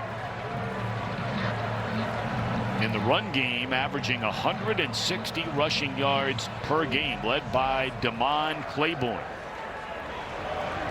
But SMU on defense, both teams on defense, in a 12-10 game, both teams have been really good. Hit as he throws, and that ball just floats incomplete. Very lucky that was not intercepted. A big hit right there was put on Purdie. Yeah, you can see coming off the edge. That's Deuce Harmon. Deuce Harmon making plays on this drive. You know, Harmon came under a lot of fire along with Chambers here very early in the year. That nickel back position, and now they've righted the ship, and both playing very well right now. Just get a feeling this is a very important third down for Wake Forest. And they convert. Inside the 40 is Micah Mays Jr. He's tackled at the 36-yard line. Yeah, on the outside, they go right after Deuce Harmon, who we just talked about, on a quick bang 8 for the first down. What's a bang 8? So basically, you run. It's almost like a slant, but it's a deeper slant. You run off the 7-step like a skinny post. So it's in the slant, skinny post family. Gotcha. Learning that inside jargon. That's big league stuff there. That'll be a gain of a yard, and a flag comes in. It'll stop the clock on what more than likely would have been, still might be, the final play of this third quarter. Wake Forest trailing by 2. And again, that blocked point after. First time SMU has had that happen since 2023, so it's been a couple of years. Makes you believe the penalty is against Wake. Illegal formation. Offense. 5-yard penalty. First down. Season game in the Atlantic Coast Conference. It's coming on board. 11 straight. And wide open on the crossing pattern is Burkhalter, and that is inside the 20-yard line. So all of a sudden, this Wake Forest offense starting to come alive on this drive. Yeah, Purdy's having time back there, and now he's settling down and finding these inside breaking routes as receivers.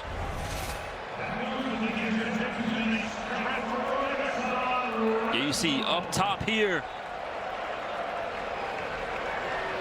You're gonna see that. Boom. That's that bang 8 right there, Tommy. There it is. There it is. Bang 8. That'll be a talk of the weekend if Wake wins this game. All right, on a first down, they fake the handoff. And again, scrambling is Purdie. He's gonna just throw it away. Wise decision. And a flag comes in. I think he got hit late. Boy, and I mean to tell you, that Wake Forest sideline incensed. I think it was Webb who may have delivered a late hit on the quarterback, but we'll wait and see, as this would be a 15-yard penalty if that's the case. Yep, he was running out of bounds and just shoved him into the bench area. After the play, personal foul, unnecessary roughness, defense, number 4. Penalties half the distance to the goal, automatic first down. Look at that coach right there off his feet. Got some athletic coaches on the sideline there. You got that right. It's like a 35-inch vertical right there. Yeah, that was well beyond the way. So unnecessary. Boy, Webb has had such an outstanding game. Unbelievable. 8 tackles, 3 solo, couple of sacks, 3 tackles for a loss. He's forced a fumble. Pass breakup. Yeah, He's done everything. Yeah, he has. But now all of a sudden he commits a huge penalty. And again, we go back to that blocked extra point. Now, look, we have nearly an entire quarter to go. But at the very minimum, if Wake comes away with a field goal rather than tying the game, would have the lead in the game.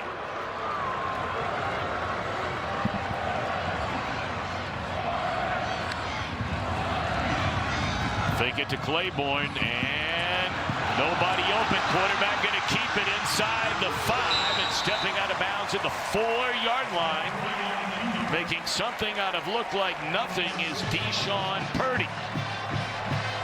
Even though Deshawn is a true pocket passer, sneaky athletic, right? That's the word today, sneaky, but he's a long strider and he's able to create plays outside and also pick up the first down with his legs. He's a big dude, man. He's a big boy, no question. Yeah, 6'4", 228 pounds.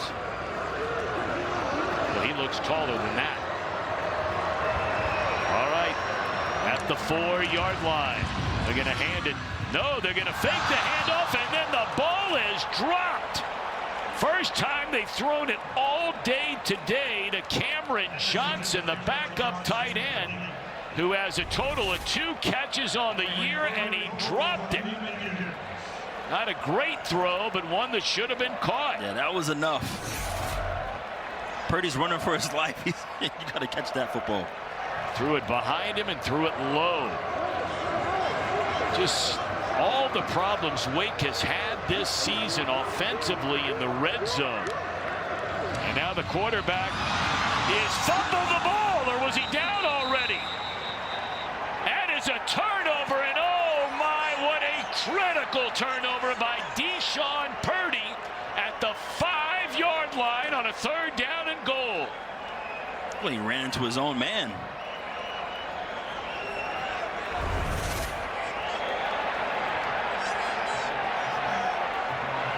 That ball's loose. There's no doubt about it.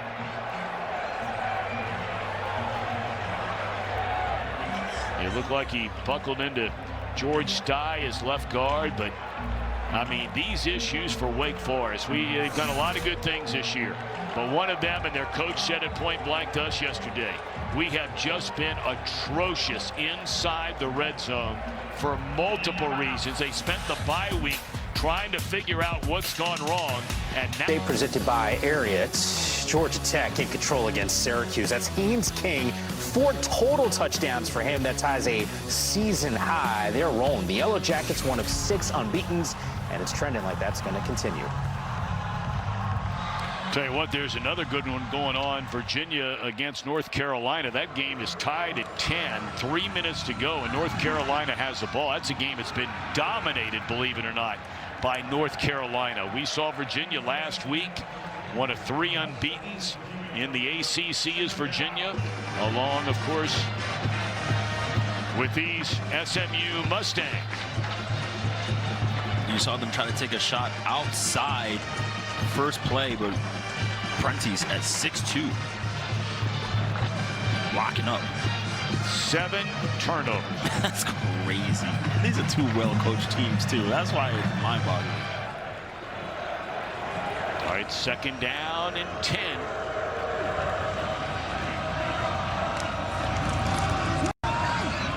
And nowhere to run for Harden as he is gobbled up by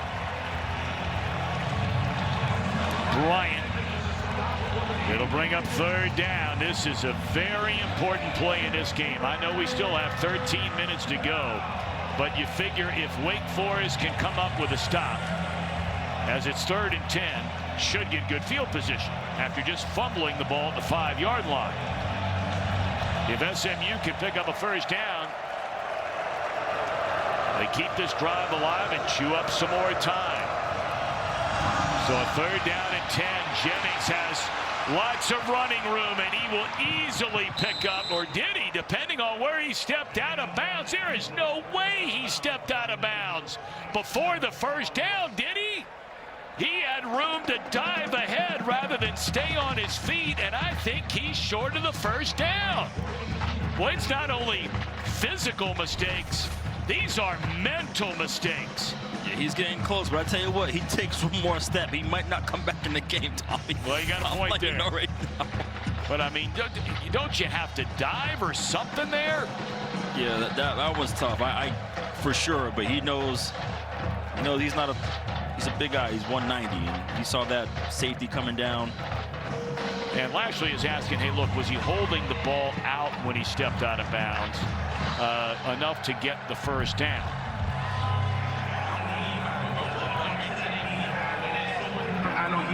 SMU has taken a timeout to challenge the runner at the line. And that's what he's basically challenging. Rhett Lashley feels like, you know, before he stepped out of bounds, he reached the ball to cover the first down. And we're about to find out.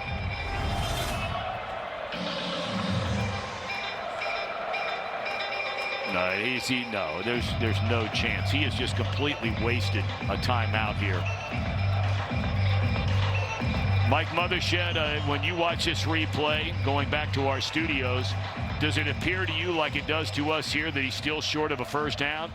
Tom, yes, it does. He's and it's going to be where he steps out, but where that ball crosses the sideline, and when it does, it appears that it is short of the line to gain.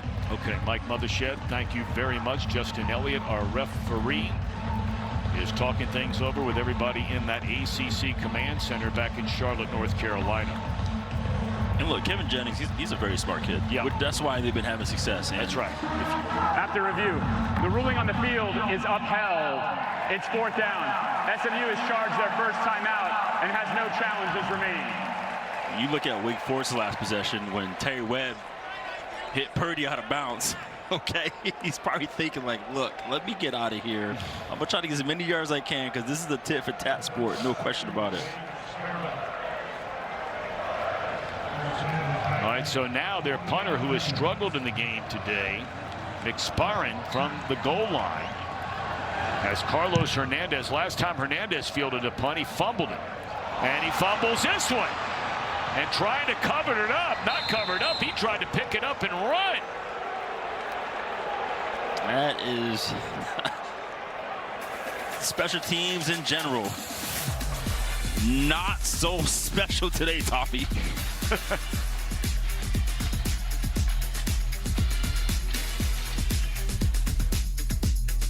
Leading 12-10. And Claiborne, his best run of the day. And he's all the way out across the 35-yard line. They'll spot it at the 37. Good run there by Claiborne, and they need a big day out of him, a big quarter out of him. Yeah, you can see Wake Forest getting body to body upfield, not letting these SMU defenders come down and make a clean hit. Claiborne coming off the monster game out at Oregon State. 144 rushing yards on just 16 carries and a touchdown. Can they lean on him in the fourth quarter today? They'll give it to him again, and he just stiff arms his way for a gain of close to 8 on first down.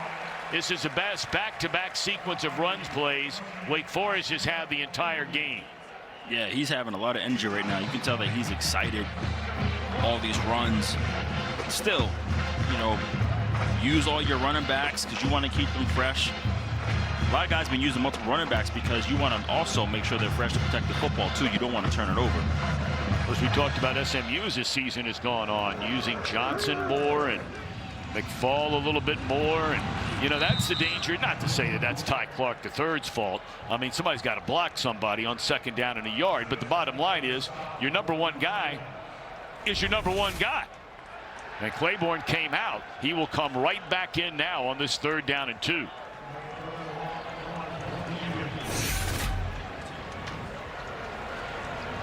Yeah, Isaiah Smith was like, hey, man, I'll take that free hit. Well, they started today 1 for 9 on 3rd down. They've converted now 3 of their last 5. Can they get this one in the I formation? And they're up under center, and I think they moved on the left side of the offensive line. And this is the stuff that we talked for 5-10 minutes yesterday with Jake Dicker. Offense, number 73, 5-yard penalty, 3rd down. I mean, he just said, I don't know what to tell you. He said, we've gone back and broken these penalties into penalties like that, right? Pre-start penalties, you know, dead ball penalties, and then gone into some other areas. And he said, we've tried to address them. He said, the penalties and the red zone issues on offense. We've taken 2 weeks to try and clean them up, and neither one has been improved here today. Yeah, you politely asked about it. He said, oh, you're being nice. He said, we've been horrendous. Well, I mean, I don't want to make it bad. We got to come back and see him again. So 3rd and 2 goes to 3rd and 7, and Burkhalter stays on his feet, dives forward. He is short. All right, decision time now. You're 4th down, and it's a full 2. Not sure he got a very good spot there. So the play clock at 30, and time for Dicker to make a decision. His team down 3 with 9:20 to go. And it looks like he's going for it, or at least his offense is staying on the field. And they're up under center. Boy, what was that? Prior to the snap, timeout, SMU.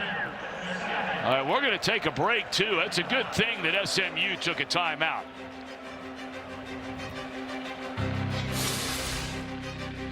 Of Wake Forest. 4th down and 2, they're going to go for it.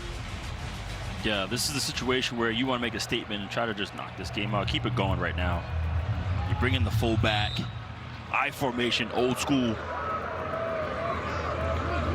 Well, they have this formation when they asked the quarterback to keep it. Now they're going to pitch it to Claiborne, and he will get the 1st down. Such a great play call. You show QB sneak early. You bring in big boy formation. They think you're going to go attack the defensive tackles, which is the strength of the defense. And you go outside with a toss.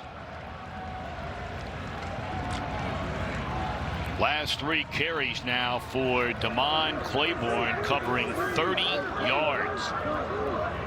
When they need him the most, down by 2, 8.5 to go.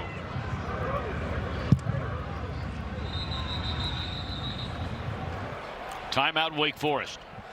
Timeout. Wake Forest, their first. 30 seconds. Yeah, there was a ton of communication on the sideline amongst all the coaches, so probably there's a look that they saw didn't want to go against.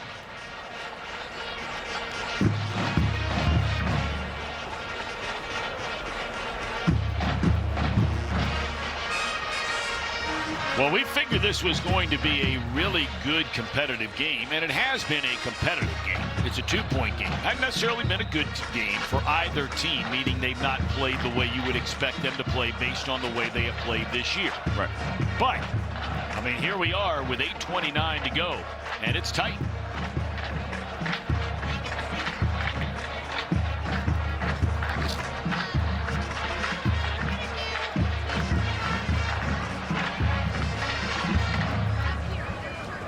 One, up.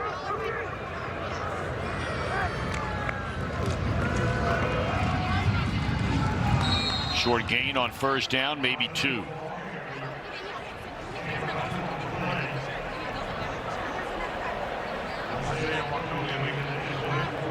In fact, he didn't even get that many. He got a yard. Claiborne hobbling off. That's not good. Not good. He has been the best Wake Forest player for really the last, for sure, 2 years. You can make an argument 2.5 years. Just had a great career here. So now Ty Clark, the 3rd, takes over. Empty backfield. And the quarterback rolling, looking down the field, and just throws it away. Let's see what happened to Claiborne if we're able to pick it up.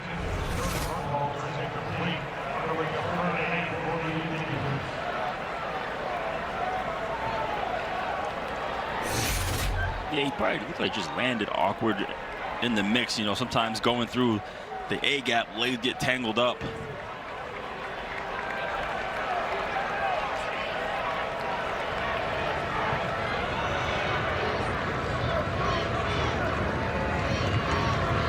He's clearly in a lot of pain down there. 3rd down.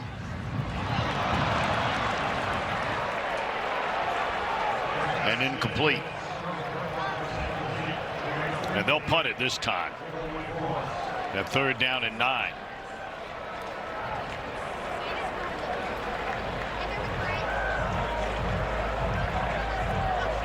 I tell you, some of the play calls have just been very, very odd. Their best play as far as trying to pick up yardage is that slant down the middle. And you're throwing about a 25-yard ball there, right, to a receiver who is not even 2 yards beyond the line of scrimmage on a 3rd and 9. Yeah, they look like 2 throwaways. Yeah. So now the punt. Fair catch of the 12. All right, let's take a look at today's Progressive Player of the Game. We've got Devon Patterson, who's been all over the place today. He has 6 tackles, 3 pass breakups, 1-on-ones, and he has a forced fumble, which changed the game. Today's Player of the Game is sponsored by Progressive. Gift coverage you can count on with home and auto at progressive.com. Dude, Devon was everywhere.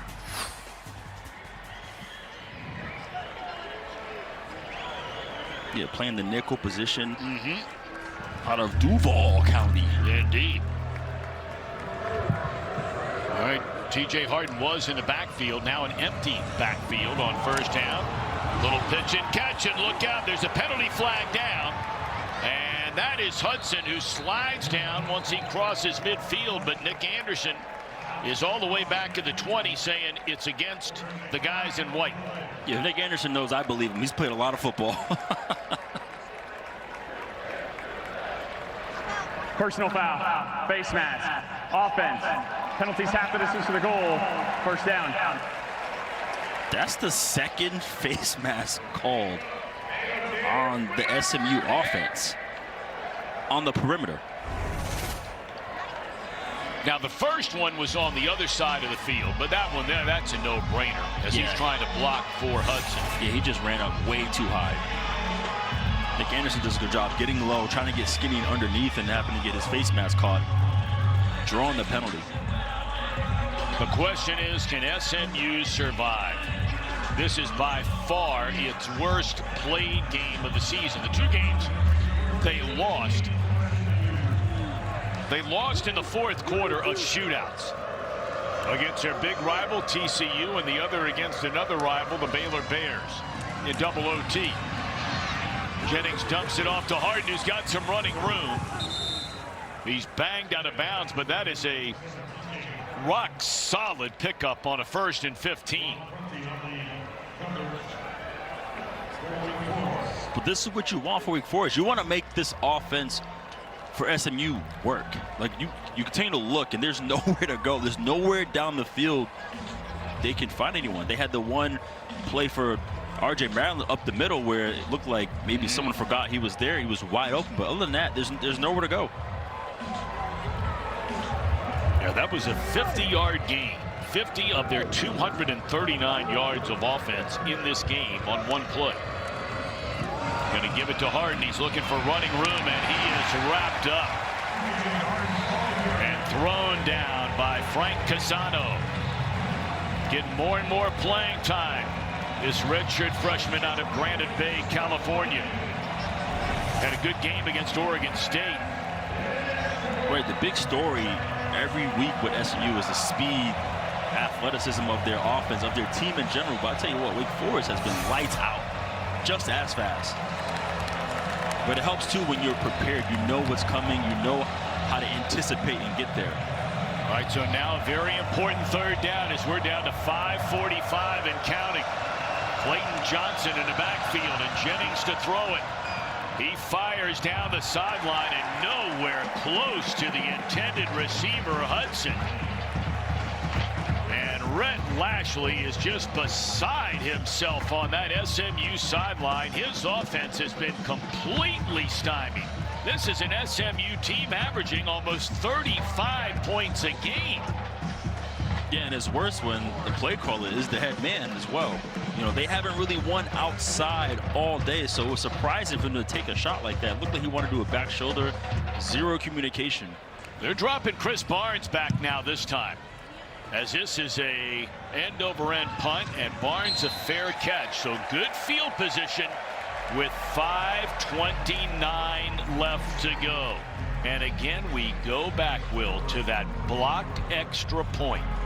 And I mean, how much does that loom over this game right now, knowing if Wake Forest can get down the field and attempt a field goal, should it make it, would win the game rather than tie the game. Yeah, that's a big if, and you want to see if you're able to run this football. You know, we don't know the status of Claiborne. Well, we know that Clark is still in the game. So no Demon Claiborne to begin this drive. And on a first down, they're going to throw it. Purdie rolls. He's going to keep it himself. And he will step out of bounds after a very short gain at the 37-yard line. 36 are going to spot. So that's a 1-yard gain. All right, what's at stake here today? SMU trying to make it 21 consecutive regular season conference wins. And for Wake Forest, as able to stay on his feet is Clark. He's out of bounds. It'll bring up a third down. Wake trying to go to 5-2 on the year and stay alive in the hunt. I mean, what'd you say? 3 undefeated teams in the ACC, 4 others with 1 loss. Yeah, it's interesting. Looked like he ran out of bounds. Clock still rolling. Big third down here. And that's an excellent play call. Just sitting right down is Burkhalter, and they find him for a first down up to midfield. Now that's the kind of call we expected the last third down. Yeah, Burkhalter has the hot hand right now. You can see Purdie finding him between the seams, in the divider, which is between the number and the hash, able to move these chains. Burkhalter only had 13 catches a whole year. He has 5 of them today. Transfer out of the University of Cincinnati. And that was nearly a hold. And wide open is Barnes! And he makes a catch at the 15-yard line. That was dangerously close to being a hold. And then Barnes wide open. Well, now you're well within field goal range. But with 3:30 to go and that clock rolling, Will, you're thinking now about getting this thing down to 0 before you kick it. Right, let's get into our 4-minute offense and get rolling. And remember, SMU lost a timeout on the challenge, right? They had to burn another timeout earlier in this half. So SMU only 1 timeout remaining, and it's Wake who will spend a timeout. Timeout. Wake Forest, their session. Yeah, this is a good timeout for Wake. You want to put together the game plan, right? The success plan on how to close this game out and end with the victory. You see Claymore, he ran and got his helmet. He wants to get back in on his action to help his team win. I mean, it's been ugly. There's no other way to describe it. And it's not, you know, being negative or nitpicking. I mean, there are just games in this sport and in any sport where sometimes they're really good games and are clean games. There are other games that are just ugly. Maybe in basketball, you missed a bunch of free throws. There's a lot of fouls. You know, whatever the case may be. Been a lot of turnovers in this game. Not a lot of offense. Very good defense. But certainly some play call decisions. Special teams miscues have been a big part of this game. Been a lot of bad decisions just overall, especially from the offensive and special team side. And Claiborne, by the way, to your point, is back in there.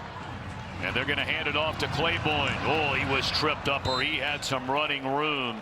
That was a really, really nice play defensively right there by Marcellus Barnes Jr. Yeah, Marcellus was able to get there and get off the block and get skinny and able to grab his leg to trip him up. Clock down to 2:50. And the play clock at 18. Purdie has plenty of time, and I think he's looking over to his bench and saying, hey, being told, let that play clock burn. Give it to Claiborne again, cuts it back to the inside. And they'll spot him the 13, maybe close to the 12-yard line. They need to get to the 7 for a first down. Yeah, it looks like SMU is going to use their timeout before the 2-minute. Well, they have a player injured, yeah. Oh, that's what it is. They're not suggesting that this is anybody faking an injury. That's Brandon Booker. But this time, homecoming last year at this stadium is where college football changed forever in regard to players and injuries. We were here last year when Ole Miss played against Wake Forest.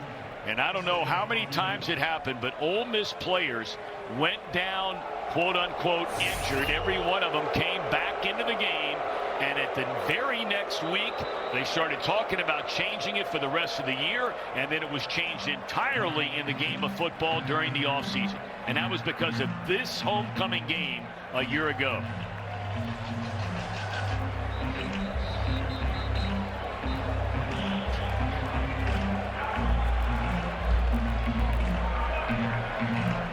Okay, so Booker has to leave.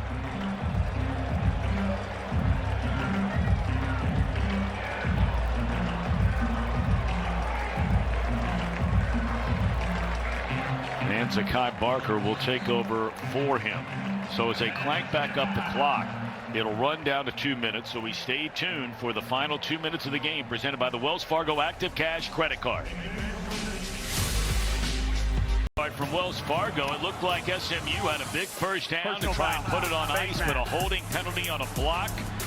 And Wake got the ball back, and this bomb down to the 15-yard line to Barnes, setting up where we are now. A 3rd down and 6. 2 minutes to go. And Wake with the football. And they snap it. They're going to throw it. And the catch is made by Barnes, and he steps out of bounds. That snapback replay brought to you by the Wells Fargo Active Cash Credit Card. Be a 2%er. Earn unlimited 2% cash rewards on purchases. Terms apply. And here just runs a bubble. No one accounts for him. There's zero communication. That's something that defense coordinator Scott Simons talked about when we covered their last game, is that the communication from the secondary. You saw right there, no one accounted for Barnes. Letting that play clock go all the way down to 7-6. They hand it to Claiborne, and he is spun down. The ball came loose. The question was he down? You know, sometimes when you see a player that rolls over on top of another player, they are not yet down in some cases. And I think that's what SMU is wondering here. The ruling on the field is a fumble covered by the defense. Oh my God, can you believe that? This would be the 2nd fumble at the 5-yard line. See, the question is, was Claiborne down? The defense is under review. Now that angle is not going to show you, and they can't tell by that angle either whether his butt at any point in time made contact with the ground. Right, anything. We can't tell from that angle either. That's crazy if this holds up. It's just wild. I mean, this would be almost beyond belief. Let's see. And again, it's hard to tell. Looks like like Brunty, his left shin perhaps could have skimmed the turf. If it's not enough is there. Yeah, they have to have video evidence that would support overturning the call. And if they don't have it, and I'm not sure we've seen any angle here, and we've given you all we've got from 3 or 4 different angles. And unless they have access to anything else besides our television coverage,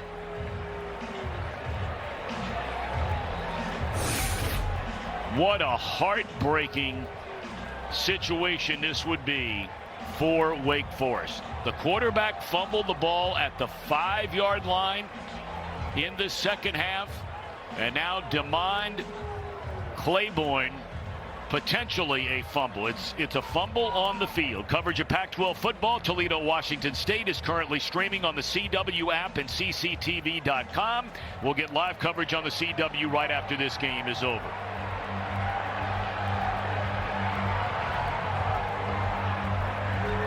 Especially when that's your main guy who turns the ball over. That's even more devastating.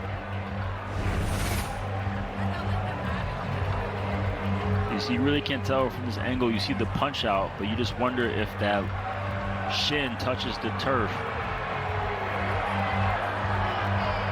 And again, if he's down on, let's see here. And again, it's hard to tell. It's hard to tell. Yeah. Question is. After review, the ruling on the field is upheld. First down. Well, SMU is going to get out of here. I mean, it's not over yet, but SMU has a chance to get out of here with more than just Lady Luck. It's Lady Luck and her sister and her aunt and her grandmother and everybody else, because they have been beaten here today by Wake Forest. Sometimes the football lords are on your side, man. You know, it's like I said, the game's not over yet. No, it's not. No, it is not. Still plenty of time left in the game. But to think that you fumble the ball twice at the 5-yard line. Wake Forest has one timeout left. Going to hand it off. And you're going to have to call a timeout right now. And you're going to be able to run, what, 2 more plays? So 50. If you're able to stop them, you wouldn't get the ball back until right around a minute or less left in the game.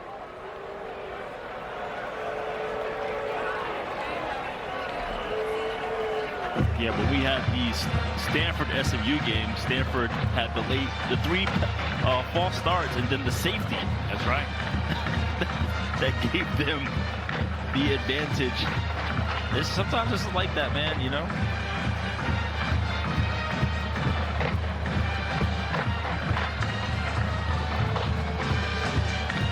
I mean, you're in situations, you know,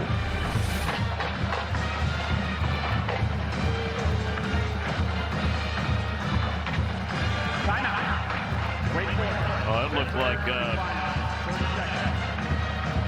looked like that could have, should have been a penalty for just shoving Nick Anderson shoving the helmet off the runner after he appeared to already be down.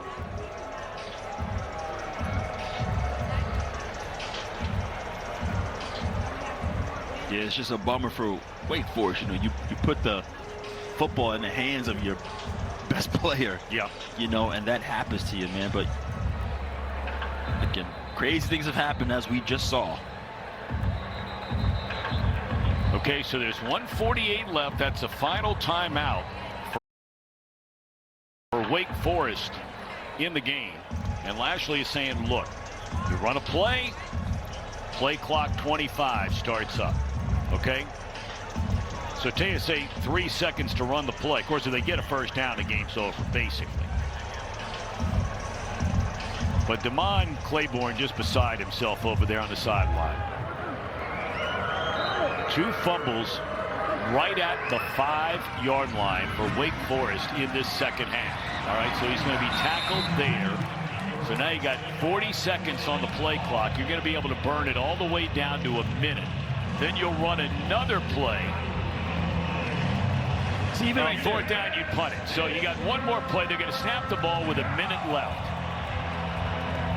Even that right there wasn't smart. Like, if you're able to get the quarterback one-on-one, you want to hold him up and try to get the football out, especially the quarterback, who is the biggest violator with the football.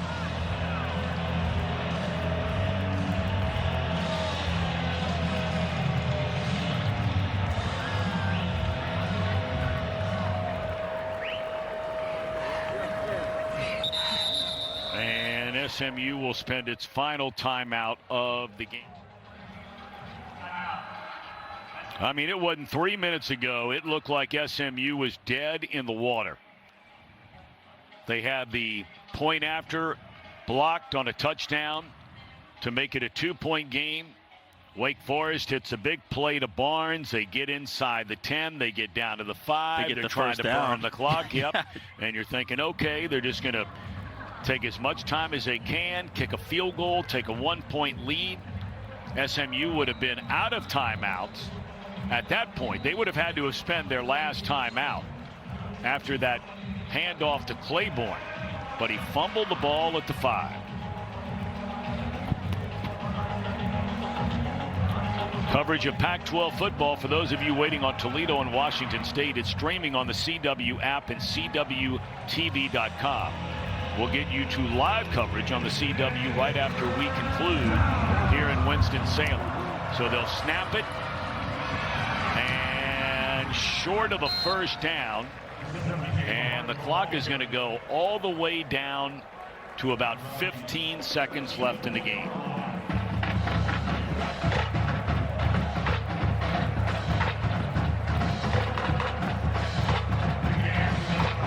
Well, they're taking out their entire defense and putting in an entirely new defense. I don't know if I've ever seen this. This must be the group that, this is sending out the, it's a 4th down, I beg your pardon. So they're going to try to bring the house, no doubt, and see if they can't try and block this punt.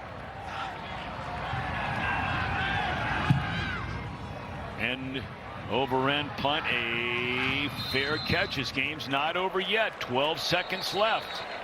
And very good field position.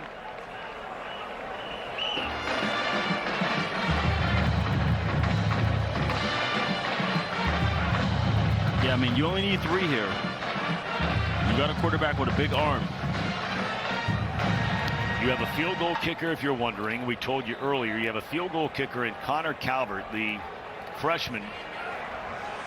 His season long is 43. But there's a longer leg than that, we're told by his head coach. Yeah, what you do right now is you get your field goal unit ready to roll.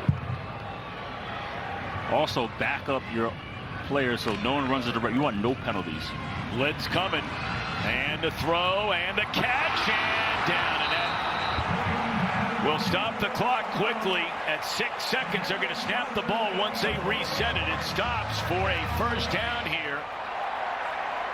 And they're going to spike it. Yep. So they're going to have a shot here.